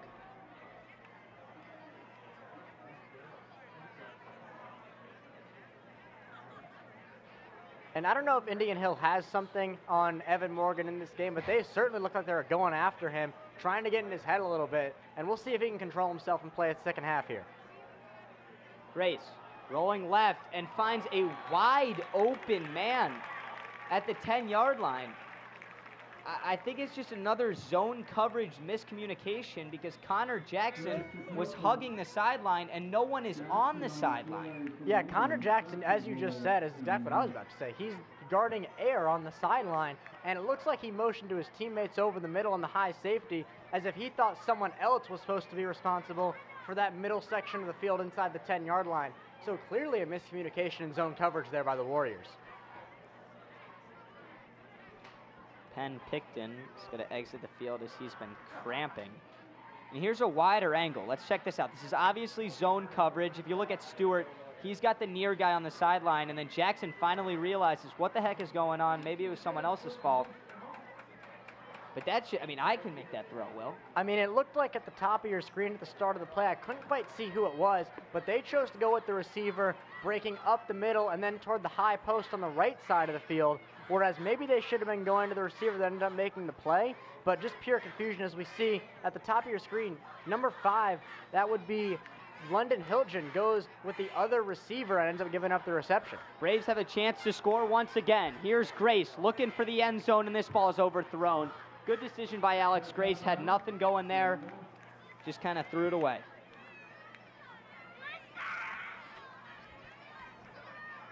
We saw Grace miss a point after attempt, which is why it's only 13-0. So I don't know how confident Indian Hill is if Mariemont can get them to 4th down.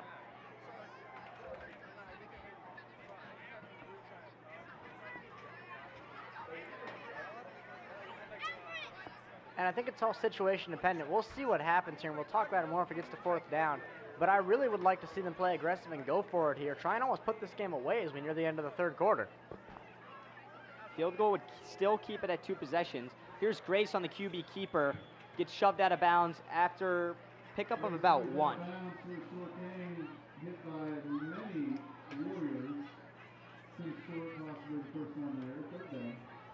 Good way to get to the edge. I've never liked those runs to the short side of the field, Will. It just seems so pointless. Like you're running now into another defender, which was the sideline. Well, and that's exactly what they say. You hear it in all sports, soccer, football, basketball. The sideline's another defender. And by running to the short side of the field, you know, everyone always says, well, just go around the line. You know, just go around them where there's no defenders. But you're just going sideways, not forward. You're not moving forward at that point. You're just running yourself right into the sideline. It's an easy no gain for the Warriors defense. All right, 3rd and goal, enormous play. Grace, no hesitation, looking for Hayden in the back of the end zone, and this one is right through his hands. Great coverage there from Evan Morgan. Ryan Glassmeyer came over to help, and Cj Hayden probably should have had that one because that ball was on the money. and it just looked like he whiffed on it. And I was just about to say it. That's a tough play for Hayden, but a phenomenal ball by Alex Grace to put it right up there top shelf for his man, as it looks like Hayden may be down on the play. You hate to see that. I think he's just cramping. Yep. There's Jeremy Sipes. I'm almost surprised that Jeremy's out here. If I'm not mistaken, I wrote an article in the Mariemont High School Blueprint about him retiring, or not retiring, but leaving Mariemont. I'm sure he's just filling in as one of his final games. But he's getting Hayden figured out as they're just going to keep stretching him. I mean, are they going to wait for him to get off the field, or are they going to kick the field goal? I mean, going back to your point about Jeremy Sipes, just a huge thank you to him. I know he was honored last week at the Madeira game, just for the work he's done for Mariemont. Just a phenomenal guy, phenomenal trainer. I've gotten to know him pretty well. And, you know, you just love to see him out here still after his quote-unquote retirement, helping out, you know, Mariemont players and opponents all the time on Friday night. Yeah, if you want to see Jeremy's, he left me a word when I interviewed him for our journalism article in the Mariemont High School Blueprint. You can go check that out. But he had a message for all athletes and families as he's exiting Mariemont. And here we go. This is a very important kick here, would increase the Braves' lead to 16, which is 2 touchdowns and 2 successful 2-point conversion attempts for Mariemont. Now we'll see how this kick goes. It's easy for me to say up here from the booth, but I would love to see them go for it, because by doing this, it's still a 2-possession game. Whereas if you go for it, even if you don't get it, worst case scenario, you give Mariemont the ball at their own 10-yard line. But obviously, if this kick goes in, it might all be worth it. 26-yard kick. We know he has the leg. Let's see about the accuracy. Snaps good, holds good, and the kick is wide. Huge miss there, and the Mariemont sideline gets a big momentum boost as the Warrior defense holds the Braves inside the red zone. Now this could be the break Mariemont's been looking for all game. I guarantee at halftime in the locker room, the coaching staff is telling them all we need is one thing to go our way and everything's going to change. And that could be this moment right here. We'll see what David Dorsten and the Mariemont offense can do with it. Yeah, well, Mariemont shut out thus far. A little bit of a wobbly kick, and it was wide right. I mean, boy, did he have the leg. I tell you what, it probably had the distance for about 50 yards, the way it looked like it came off his leg, but officials judged it to be just wide.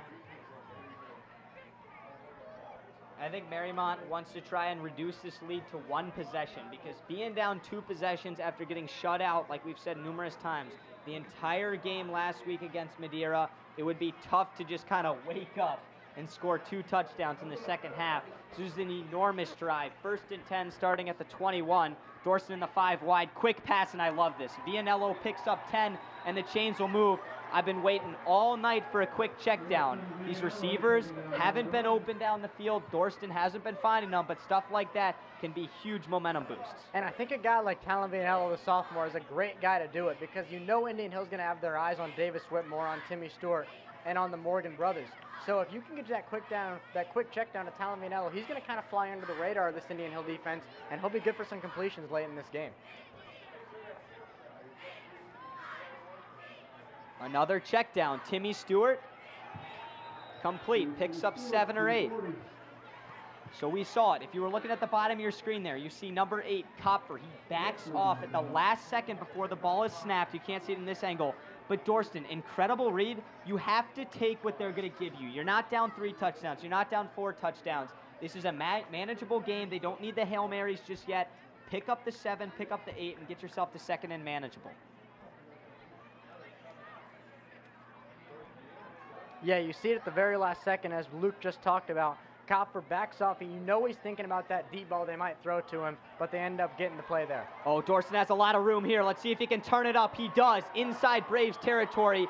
Mariemont has something going here as they get dragged down at the 47-yard line, and here come the Warriors. And you know, I just got reminded of it by a sign I saw down by the student section. Mariemont, not a victory against Indian Hill since 2014, and I think we're getting to the point where the Warriors can sense it a little bit. They know it's getting late into this ball game, and you know they're fired up to try and get a chance to win this football game against their biggest rival. So we'll see how it is coming down the stretch. I'm really excited. Shout out to Mariemont's offensive line. They link up there as you're looking at this shot. They're clapping. They finally have some momentum going. But we talked about it. They've been somewhat of a stalemate when they get down into Braves territory, and this is exactly what I'm talking about. At the 47, you really haven't done anything yet. They need to start getting drives into the red zone and then eventually executing.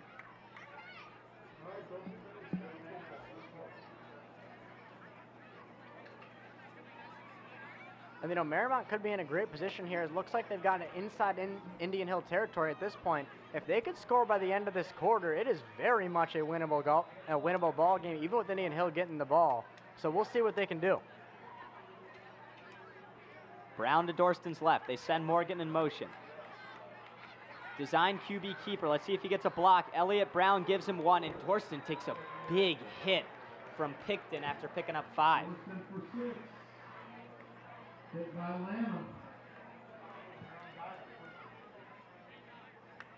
Whoa. And we finally get to call his name. It's Penn Picton, number 20 out there with the big hit. Not Evan Riggs, in fact, but just once again making a huge impact on this game as he's done all night for this Braves team.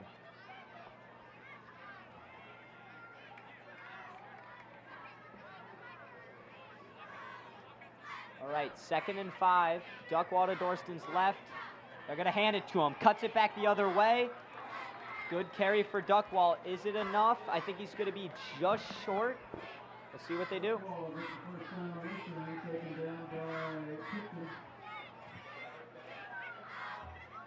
Yeah, 3rd and inches. Now this is where I'd love to see David Dorsten get under center and just go QB sneak right up the middle. They're not more than 8 inches from the line to gain. So we'll see what they go with here on 3rd and just absolutely nothing. I think they might bring the chains out because the clock has not been running, which it should if they're short of the sticks. Nope, they're just going to set it. 3rd and short. Indian Hill stack in the box here. Look to your bottom of your screen. Stewart in dead one-on-one coverage unless they drop back a linebacker. They don't. Dorsten on the keeper. I love this call. He has a block. Turns it up. Runs Kopp for over and inside Braves territory.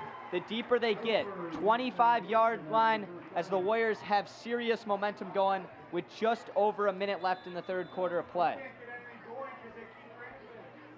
And Luke said it. David Dorsten on the keeper there. Great call right there, because if he sees the gap up the middle, he'll hand it off to Duckwall. They'll pick up a 1st down. But he saw the edge rusher come in. Dorsten keeps it. He's got a huge gap up the sideline. Great blocking there from the receivers, and he picks up a good 15, 20 yards on that run. Well, these Indian Hill guys are playing both ways, every snap, some of them even 3 ways on special teams. So I'm not surprised, but this is Hayden cramping once again. This could be a big loss for the Braves coming down to the final 16 minutes of play if he continues to struggle with cramps. And, I just think it's one of those things, these Indian Hill kids, they're playing so hard out there trying to win this game, playing 2 ways. And as we get later into the game, we talked about them not knowing how to play with the lead maybe, not knowing how to really battle at the end of a game with all the blowouts they've been involved in so far. So we'll see how they can shape up. And really, it's just grit and grind at this point for them to get to the finish line and take a W in this game.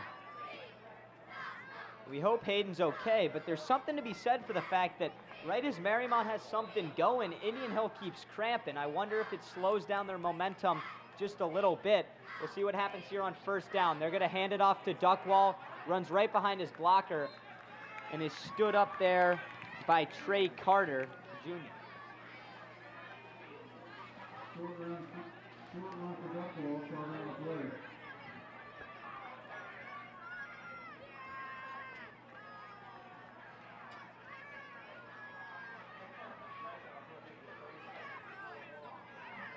We see Glassmeyer sub in for Duckwall here, and Duckwall has had the majority of the carries tonight.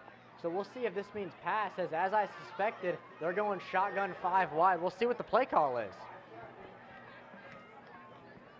They send Glassmeyer in motion. It's a little screen to him.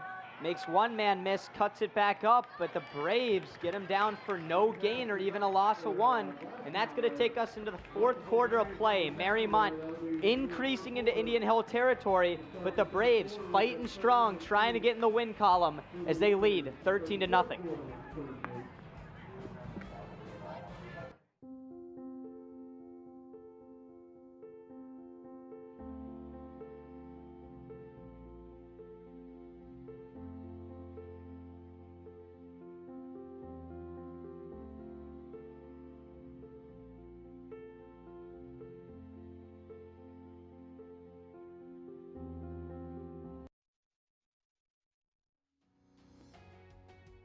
everyone, and welcome to ICRC-TV Sports.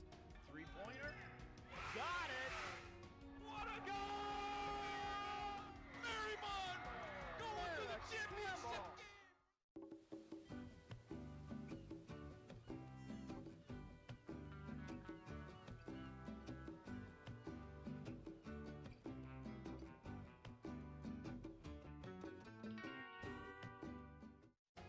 On air or online, this is media for your community. This is ICRC-TV. If you look at some of the Mariemont students on the fence there, that describes the shutout tonight. Maybe the Mike Vick jersey from Sam Northrup on the railings will get something going in front of the home crowd. As Mariemont needs a score here, and it cannot be a field goal if you ask me, Will. They need 6, potentially 7 with the extra point, but we know they always go for 2. So 3rd and 9, probably the biggest down of the game thus far. Dorsten looks left, throws left, has Timmy Stewart open, but a flag came before the snap. Bottom of your screen right now. Oh my gosh. We got a fight breaking out. We'll see what happens. I think they're going to get Andrew Duckwall for this. I do not like this call. I don't think he knew about the flag. I think it was just a pancake block, and they got tangled up. We'll see what they get here, because Leon is pleading his case on the sideline. And you know the student section is letting them hear it right now. They really want this call. But as it looks right now, the Warriors seem to be backing up. I don't think they're going to get it. So there's 2 flags. There was one before the snap, which eventually killed the play. And then the flag that came in because everyone played. Timmy caught the pass, Dorsten threw the ball, the offensive line blocked, which led to this little scrum at about the 28. Well, and I think that's the point you were trying to make earlier, which is just a great thing to realize, and I wonder if the officials are discussing it right now, is that this flag is coming on the far side of the field. Andrew Duckwall, he's on the near side of the field with his back to the play. He has no knowledge that a flag's been thrown, and I think you're right. That's an ordinary block that he's making, or at least attempting to make. I don't think there's any ill intent behind that, but we'll see what the officials decide.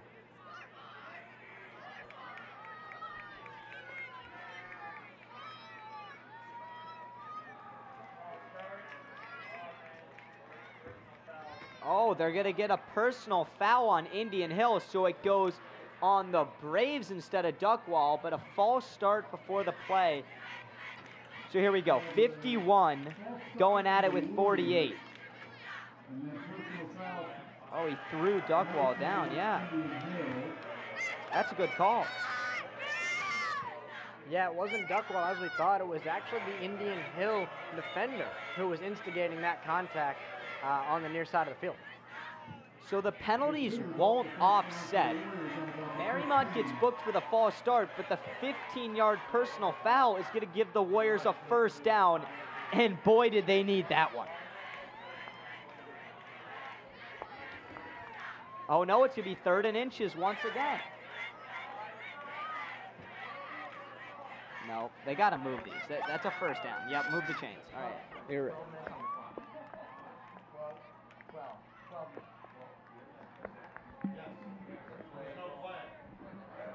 So we still haven't officially started the play of the 4th quarter. The clock needs to adjust to 12 minutes because that wasn't a snap, which it just did. And the Warriors are in the red zone. They haven't capitalized on their other chance tonight. The Braves stood them up on 4th and goal, and then immediately after got a 70-yard touchdown. Mariemont needs to convert here. They hand it to Duckwall, and a nice play is made by Coach.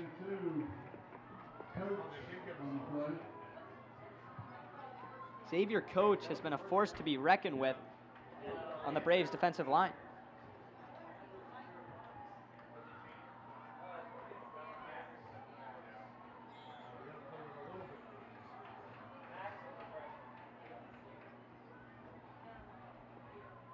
Second and long here. We'll see what the Warriors dial up to try and get into the end zone or as close to that first down mark as possible.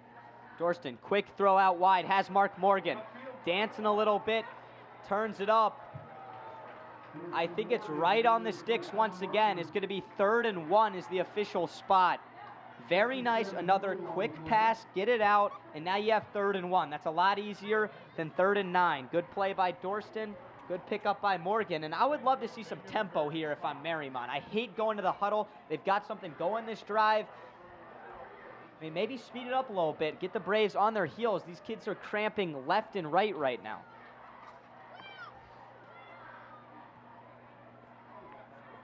I'd be shocked if we don't see a QB keeper. They're just going to hand it off. Duckwall, is it enough?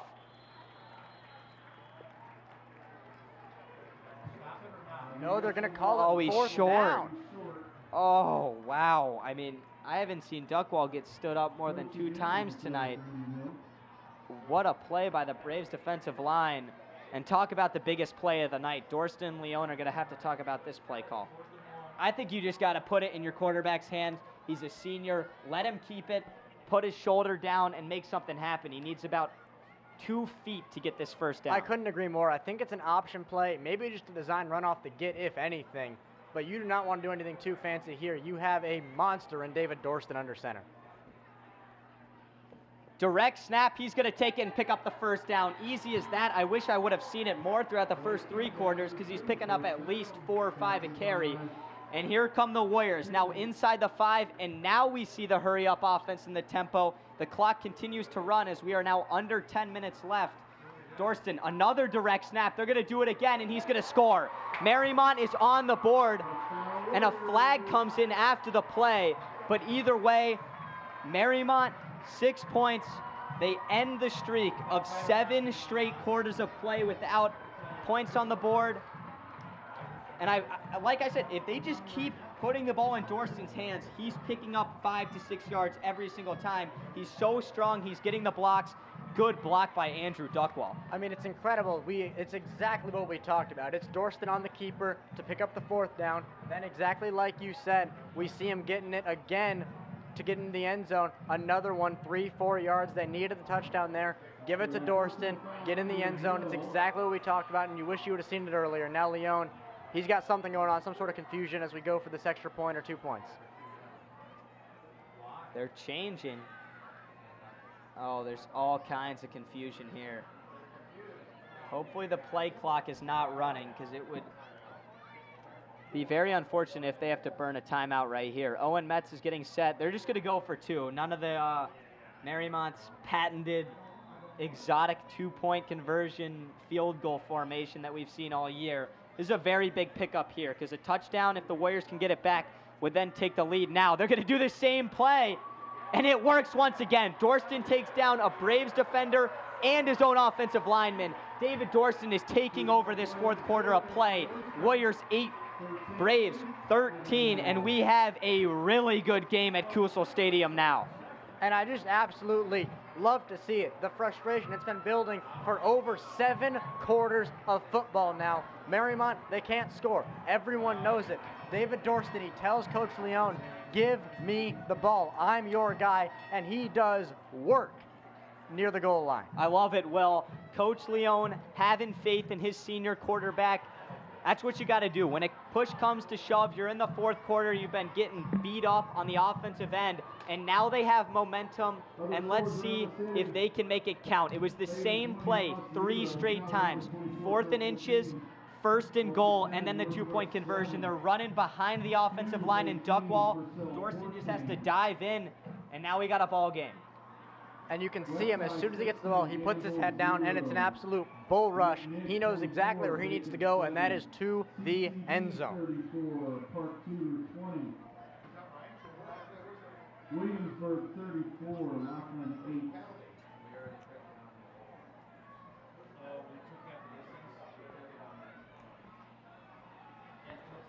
All right, Connor Jackson's going to send it away. Mariemont needs to feed off this energy now. The crowd has gotten their first boost of excitement in the last 2 games with the Warrior touchdown. Kicks received at about the 13, and he stood up by 5 Mariemont tacklers at the 21. Let's see if this Mariemont defense can do what they've done all night and get the ball back to Dorsten. Now here's what I'm interested to see, and this is exactly what I was touching on at the start of the half. Indian Hill with the lead, less than 10 minutes to go. What are they going to do? Do they try and score a touchdown, get aggressive with Alex Grace as they've done all game? Do they try and run a lot of the clock down, get a 5-6 minute possession? I'd love to see the play call. Rodenberg, very experienced in this situation, I'm sure, but I'm not sure the Indian Hill team has the talent level in the trenches that maybe a Moeller team would in his older days. So we'll see what he wants to do with this Indian Hill Brave squad. I mean, their lead back, James LaBarbera, only 1.3 yards per carry on the entire season. Penn Picton, 38 carries for 100 yards. It's about 3.5 yards per carry. They're 5 wide to start. They're going to bring in LaBarbera, dead keeper, and a nice play made by Evan Morgan and J.D. Long. And the crowd is fired up. The bench is fired up. Loss of 2 or 3 brings up 2nd and long. There's now a new life in Kusel Stadium, Will. You can feel it. Kusel Stadium is rocking right now. They're going right with the Warriors bench. Everyone is standing up. Everyone's excited. And this is incredible what we're seeing right now with this turnaround from the Warrior defense and the offense earlier in this half. Plenty of time to go. They don't have to worry about any clock management just yet. But what do the Braves have to advance the football? It took a trick play, a slant over the middle for 70 yards. Outside of 2 huge plays, they have had nothing going for them all night. Can Alex Grace put it into a different gear in the 4th quarter? Here's a pass over the middle. Hayden. Stewart stands him up. Great tackle by Timmy Stewart. Hayden picks up 3, and now we have 3rd and 10.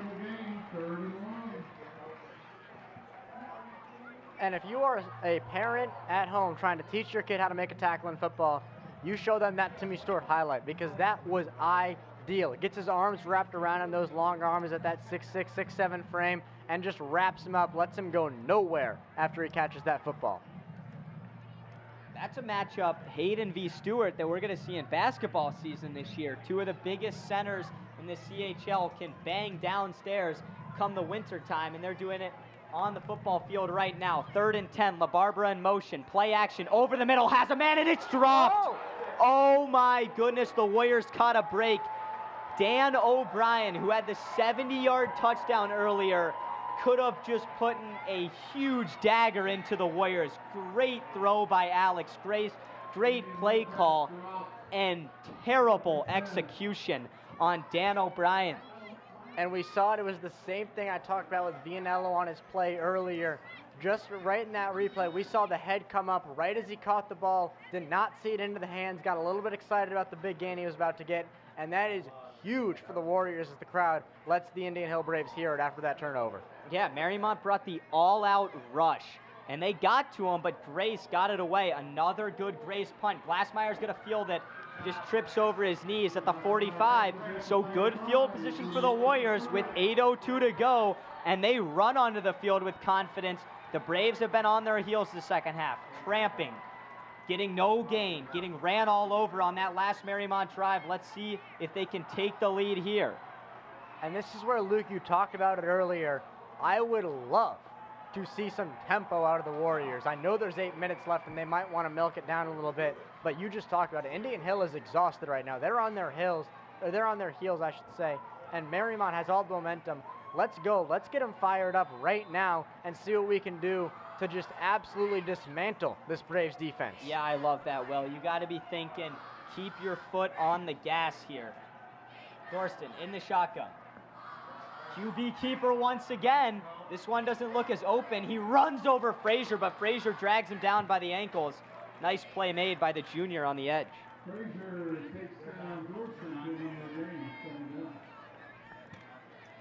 And it's one of those things with Dorsten on the keeper. We loved the play call earlier, but Mariemont just a little bit slow to adapt in this one with the run game. Okay, you can do it a couple times, but Indian Hill's going to adapt, especially this disciplined Rodenberg coach team. They're not going to let you do that all game. Eventually, you got to call something else and dial up a big play. You see Timmy Stewart with the matchup against Frazier at the top of your screen. Let's look for that on 2nd and long. Yeah, Whitmore has been non-existent tonight at the bottom of your screen, and the Braves jump off sides. Hard count from Dorsten, and that's going to move them 5 more yards to bring up 2nd and 3.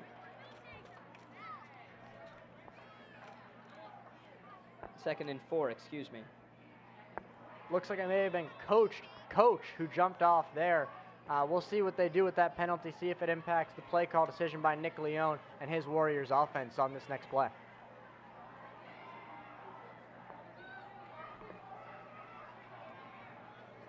Now inside of Braves territory. Mariemont looks for more. They hand it to Duckwall. Cuts it back. Stood up. Great play made. Can I say this kid's name one more time? Penn Picton. Tackle for a loss.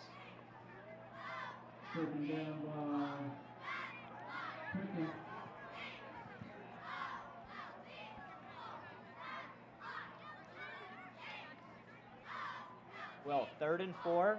The rushing attack has worked tremendously for the Warriors in the second half.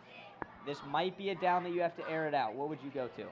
You know, I think they've got it listed at 3rd and 2 on the scorecard, or on the scoreboard. It's more like 3rd and 4, 3rd and 5. You're absolutely right. I think it's one of those checkdowns we've been seeing. Maybe Vianello, Whitmore, Glassmeyer look for them on this 3rd down play. Looks for the edge, and that ball was nearly picked.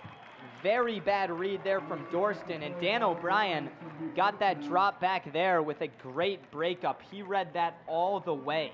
And we talked about earlier running to the short side of the field. The other no-no is throwing to the far side of the field, which they did here. They got Glassmeyer on an out route right around, looks like that was probably the 45-yard line, right at the line to gain. But Dorsten throwing across his body, across the field, and it did not work at all. Okay, that was read beautifully by the Indian Hill defense. Watch the fake here, Will Stevens. Mariemont is definitely not afraid to fake a punt in the 4th quarter. It's bit them a few times this year. I'm sure Indian Hill is looking out for it. David's just going to kick this one away, and it looks pretty good. This is a heck of a punt if it gets the spin they want. Oh, it trickles into the end zone. The return team couldn't get down to it. And the Braves will take over at the 20. So unsuccessful drive from Mariemont, but they still got a chance to get the ball back, but that one definitely hurts, Will. It absolutely does hurt. You know, they got all the momentum. As we said, the energy on the sideline and in the student section was phenomenal. They were sprinting onto the field, all the momentum on their side. But it just doesn't work out. But you cannot let that take the wind out of your sails if you're Mariemont. You got to you got to get the defense out there right now and just stand them up, make a stop, give your quarterback and your offense a chance because you know they have the weapons to do something special late in this game.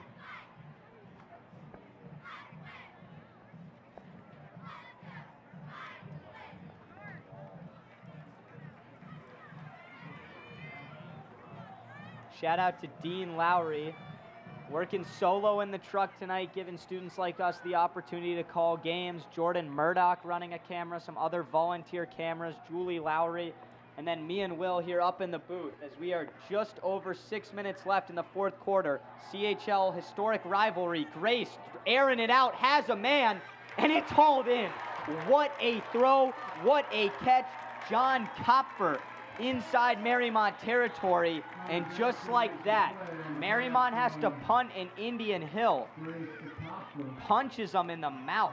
What a ball, Alex Grace. Just a great throw by Grace. Off his back foot, lobs one up, he had a step.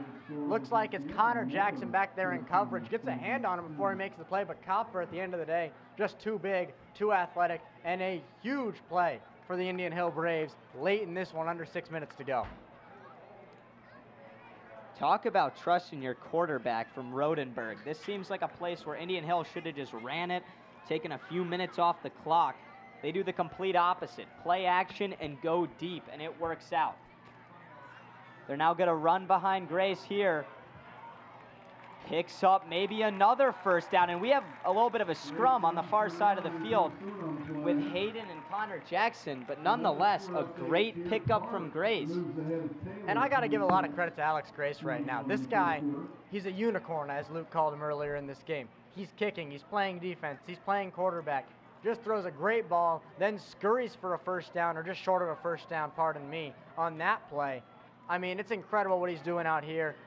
We talked about the cramping and the tiredness of Indian Hill. He looks like fresh legs out there. It's incredible what he's doing right now, and I can't fathom how he'll be feeling after this game. Yeah, well, 2nd and 1. Mariemont might have to start reaching into their pocket with the timeouts they have after this 1st down. I assume the Braves pick up, maybe not. Lawson Wade stands up the rusher. If I'm not mistaken, it was LaBarbera.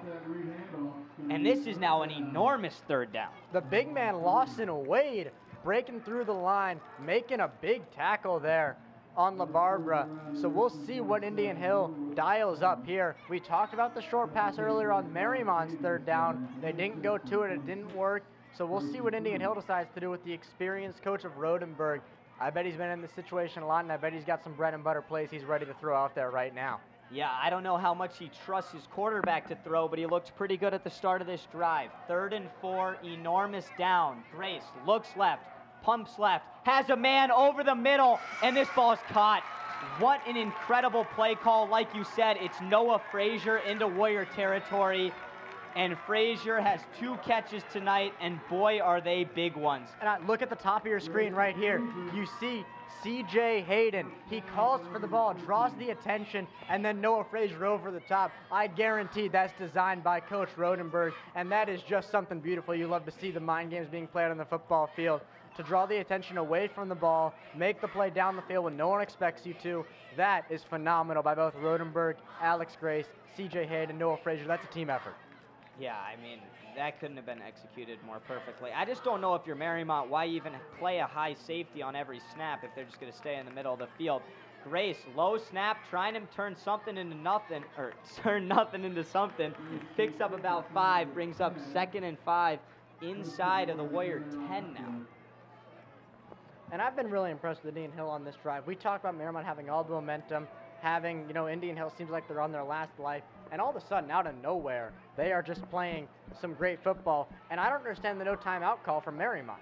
I mean, we are under 3 minutes now. Indian Hill can sit here and do whatever they want with the football on the 10-yard line, and we are once again just going to sit on the sideline, content to watch minutes tick away, seconds tick away late in this football game. Just a reminder to the Mariemont Warriors, you guys are down by 5 in this football game. Here's Grace. He's going to pitch it. Makes a man miss, but a flag comes in. This might come back. This is going to be very big if you're the Warriors. But do you decline this penalty if it's a hold? It's a really interesting point, Luke. Personally, I accept this penalty because moving them back even further is just such a big deal. Even though you can get it to 3rd down, they are likely to pick this up, I think, statistically, if you look at that. But they do decline the penalty. That's a lot of trust in the Warrior defense from Nick Leone. I don't hate the call, just not what I would do personally. We'll see how it pans out on this 3rd down. So it's going to bring up 3rd down now. We're now going to get a timeout from Mariemont like expected. So 2:28 left, Mariemont with 2 timeouts remaining. This is the biggest play of the game, 3rd and 8 inside the Warrior 15. If Mariemont can hold them, the Braves are going to have to settle for a field goal. We already saw them miss one from about 25 yards out earlier. If they drill this, it's still a 1-possession game because the Warriors went for 2 after their touchdown at the start of the 4th. Yeah, I really don't think Mariemont cares if they get a field goal or a stop here. It is strictly about keeping them out of the end zone, so I'd be shocked if we don't see some goal line protection from Nick Leone and the Mariemont Warriors. You got to be communicating to your defensive coordinator right now. Obviously, the last thing we need is to give up a touchdown. Yep. I'd say the conventional play is run it if you're Rodenburg. You can maybe pick up the distance on somewhat of a miracle if you're running it on 3rd and 9, 3rd and 8. But then it forces Mariemont to use another timeout if you don't get it. You settle for 3, maybe you go for it. I don't know what you're thinking, but either way, this is an enormous play. Warriors just begging. Dorsten on the sideline wants another crack at this Braves defense to try to tie it up or take the lead. They go 5 wide here at the start of this play. This is a shocking formation. Oh, throw over the middle, nothing doing but great pressure to the quarterback. The Warriors dial up a blitz, and J.D. Long gets a huge hit on the quarterback. And it looks like the offense is going to stay on the field, Will. They have no trust in their field goal kicker, Alex Grace. It's a great play by the Warrior defense, but I don't understand the call at all by John Rodenburg and the offensive coordinator for Indian Hill. Oh, it looks like now they're bringing on the kicking team. Here we go. They went 5 wide, no running back there with him, and then drop back to throw when you know Mariemont's going to be sending pressure. Very interesting decision, and we'll see how this 4th down transpires. Okay, so Indian Hill is going to call a timeout to talk about this kick. They missed one from short range. We know Grace has the leg. I think it's probably the more conventional, smarter route to kick it. I mean, I don't know the analytics, the exact numbers of his chance or his field goal percentage on the year, but hopefully it's better than his completion percentage of 28%. I mean, he looks good so far, honestly, with the leg. I know he's missed a couple tonight, but those have been near misses, and the leg certainly looks good. I think you kick the field goal here, you get up by 8, then worst case scenario, you're heading to overtime. You miss it, Mariemont's got to go the length of the field in 2 minutes and 30 seconds. That's no easy task, especially with the way this Indian Hill defense is played in this one. I like the call. All right, Noah Frazier, the holder. Alex Grace, the kicker. 2:26 to go at Kusel Stadium. Braves lead 13-8. Trying to go up by a touchdown and a 2-point conversion before Mariemont gets it back. Kusel Stadium making some noise. Snap is high, the hold is good, and the kick is blocked, but Hester grabs it. If I'm not mistaken, the second it's blocked, it's supposed to be killed, but the Warriors bring him down at the 2-yard line. Oh, that could have gotten ugly because they let him play. They're not allowed to advance the ball by rule after it is blocked. It's the same in high school football, a lot of the times, I think in college football, but the Warriors special teams comes up huge, and don't look now. Mariemont has a chance to steal this one, trailing 13-8 at half. They now have a crack. A touchdown wins it, Will. This is thrilling right here, and I hate to go back and dwell on mistakes, but Indian Hill right there, we talked about it, the high snap, Frazier has to grab it and bring it down. It's the same thing earlier with the low snaps to the quarterbacks throwing them off. Right there, the field goal kicking, the whole unit was thrown off there. Just like we saw in the Bengals-Steelers game, the Bengals had that backup snapper in, and the whole operation was thrown off. That's exactly what happened. Mark Morgan blocked it. Yeah, Mark Morgan gets right through the line, pretty much untouched, it looked like, and the kick is low. He gets a hand on it, and all of a sudden, this is very interesting. We couldn't ask for a better game. We said it in the open. This never disappoints. Mariemont Indian Hill, sometimes it's a 40-point blowout, but we get to see a fight at the end of the game that makes it entertaining. This one is coming down to the final minutes. Dorsten, he's getting his chance. Senior year, last regular season game against the Braves at home would be an incredible story. Throws it to Morgan over the middle. A flag comes out, and they're saying the ball hit the ground. We'll see what this flag is. It looked to me like they might be giving him a late hit here. Yeah, maybe like a targeting or something? Yeah, something looked like it went on after the play with the Indian Hill defender, as we see right here. Oh, face mask. There it is. 15 yards on the personal foul. All right. Referees, oh, spot of the foul, actually, excuse me. I've never seen a face mask. Maybe it's just a high school rule spot of the foul. High school rule, maybe just because it happens on incomplete pass. That's what I was going to say. I don't. Or it's like illegal hands to the face, maybe, if it's not a complete pass. Yeah, it didn't really affect the outcome of the play, you could say. Dorsten, all kinds of time. Over the middle has Morgan. Here comes Mark Morgan running right at Noah Frazier, who makes the tackle. And don't look now, Will, into the 48, onto the 48 in Mariemont territory. The Warriors have a serious chance with 2:13 left. The clock stopped as they get the field set. They have some momentum going, and they're already ready before the chains are set. Snap is good. Hayden off the edge. Dorsten avoids him. He has a wide open Glassmeyer. Will he make the catch? Yes! Did he stay in bounds? Let's see what the call is. He stepped out of bounds, but the Warriors are now entered the red zone. David Dorsten avoids the 6'6" Cj Hayden, screaming off the edge. Hits him in the face, but the senior prevails and finds Ryan Glassmeyer, who makes an incredible catch before stepping out of bounds. And you could see it right next to us in the box. The Mariemont coaches, they knew they had Glassmeyer down the field. Dorsten, a phenomenal play to avoid the pressure, and this just got thrilling. At the 20. Their fumble. Bad snap. Super unorganized exchange between Elliott Brown and David Dorsten. And that kind of lets everybody catch their breath for a second at Kusel Stadium. And that's exactly what I was about to say about the catching your breath. It's a big play, but you have to be able to settle down and not make a big mistake, as they almost just did. The clock continues to run. 93 seconds to go. Dorsten, snap is good. He's going to throw it to Whitmore. It's a bullet. Davis Whitmore, once again, the second drop of the night on his third target. That's just, you can't have that, Will. I mean, he's wide open. You're going to pick up 6 or 7, and that's just kind of a loss of momentum, if you ask me.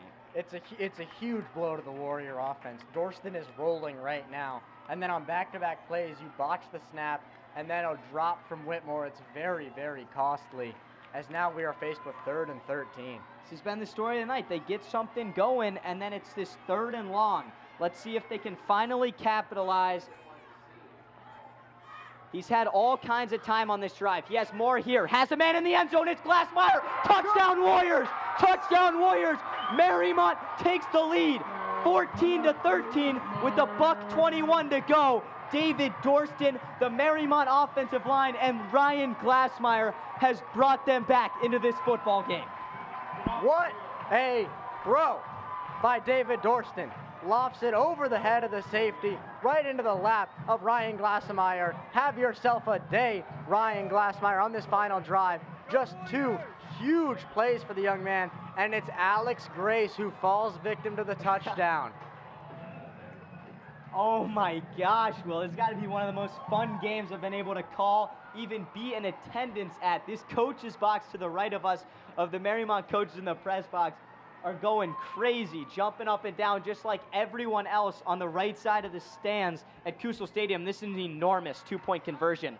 QB keeper once again. Will he seal the edge? Oh, David Dorsten sticks his shoulder right into Noah Frazier and buries him, just like the Warriors have done to the Braves in the 4th quarter as they take a 3-point lead, 16-13 with 1:21 to go.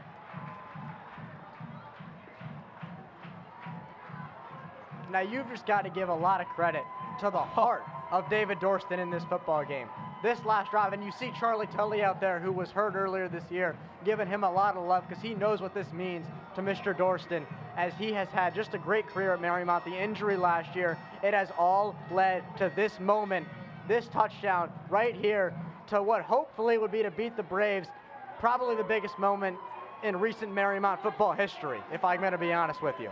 Oh my gosh, Davis Whitmore's the first guy congratulating Ryan Glassmeyer, because after that drop, things looked bleak on 3rd and 12, but Glassmeyer, 2 enormous catches from on roster. He's a running back. It was a wheel route there. He just found a soft spot in the Braves zone, and just like that, after trailing 13-0, being shut out for 7 straight quarters of football, the Warriors have responded, and the Braves will get it back with plenty of time left.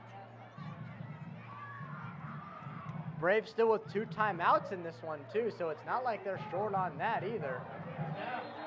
Squib kick works to perfection as LaBarbera, who fields it, catches it on his knee, and the Braves will take over at the 21-yard line.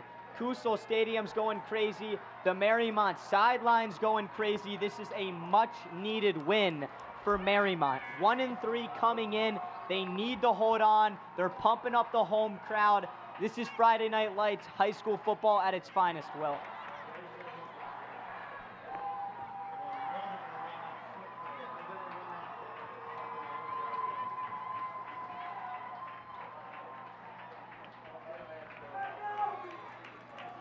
Here we go, low snap, great handle by Grace. Morgan all over him. Will he get to him? Throw over the middle, denied. Guess who in coverage, Will? Ryan Glassmeyer. 2nd and 10 coming up. Now, if there's one thing Alex Grace has been able to do in this game, it's been throw it down the field. But you know Mariemont's going to be dropping back at least 2 high safeties, probably in cover 4 or cover 6, dropping back 2 or 3. So we'll see what kind of defense they end up in. It's going to be hard for Indian Hill to get a lot of yards in the air right now. This is one of those games where whoever wins is staying up all night because of the excitement that they're going to have, and the loser, I mean, it's just going to be a dagger in the middle of the season. Pass incomplete. J.D. Long, Evan Morgan all over Kopfer in coverage. 3rd and long, Will. 1:09 remain. We've seen Alex Grace pull some stuff out of his rabbit hat tonight, or his magician's hat tonight, but I don't know if he can do it here. They are rattled. Mariemont has Kusel Stadium going right now, and this is a tough deficit to overcome for the Braves. Here we go, 3rd and 10. Mariemont doesn't bring pressure. They drop back. Grace over the middle. Bad throw. Intended the receiver was Dan O'Brien, who had a step on Evan Morgan, but it's going to bring up 4th and long, and this could just about do it. Kusel Stadium on their feet. Warrior defenders need one more play in them to pretty much steal one at home for the first time since 2014. There is a lot on the line, Will. There is certainly a lot on the line, and this has just been a phenomenal football game. Now it's just up to the players who wants it more on this 4th and 10. Alex Grace has time. Does he have a man? He steps up. He's going to try to run for it. He's buried. J.D. Long, the ball is loose. And Evan Morgan recovers. Mariemont is 3 snaps away from winning this football game. The seniors step up. Evan Morgan and J.D. Long, the 2 best players on this defense all night tonight. Barry, Alex Grace, as David Dorsten might be putting the Warriors in victory formation if the clock works the way it should, depending on the play clock. But what a stand. Mariemont doesn't even give up a yard on that entire drive. I'm going to channel my inner Kenny Smith here. It's over, ladies and gentlemen. It is absolutely over. What a play by the Mariemont defense. Just phenomenal all game. What a fight.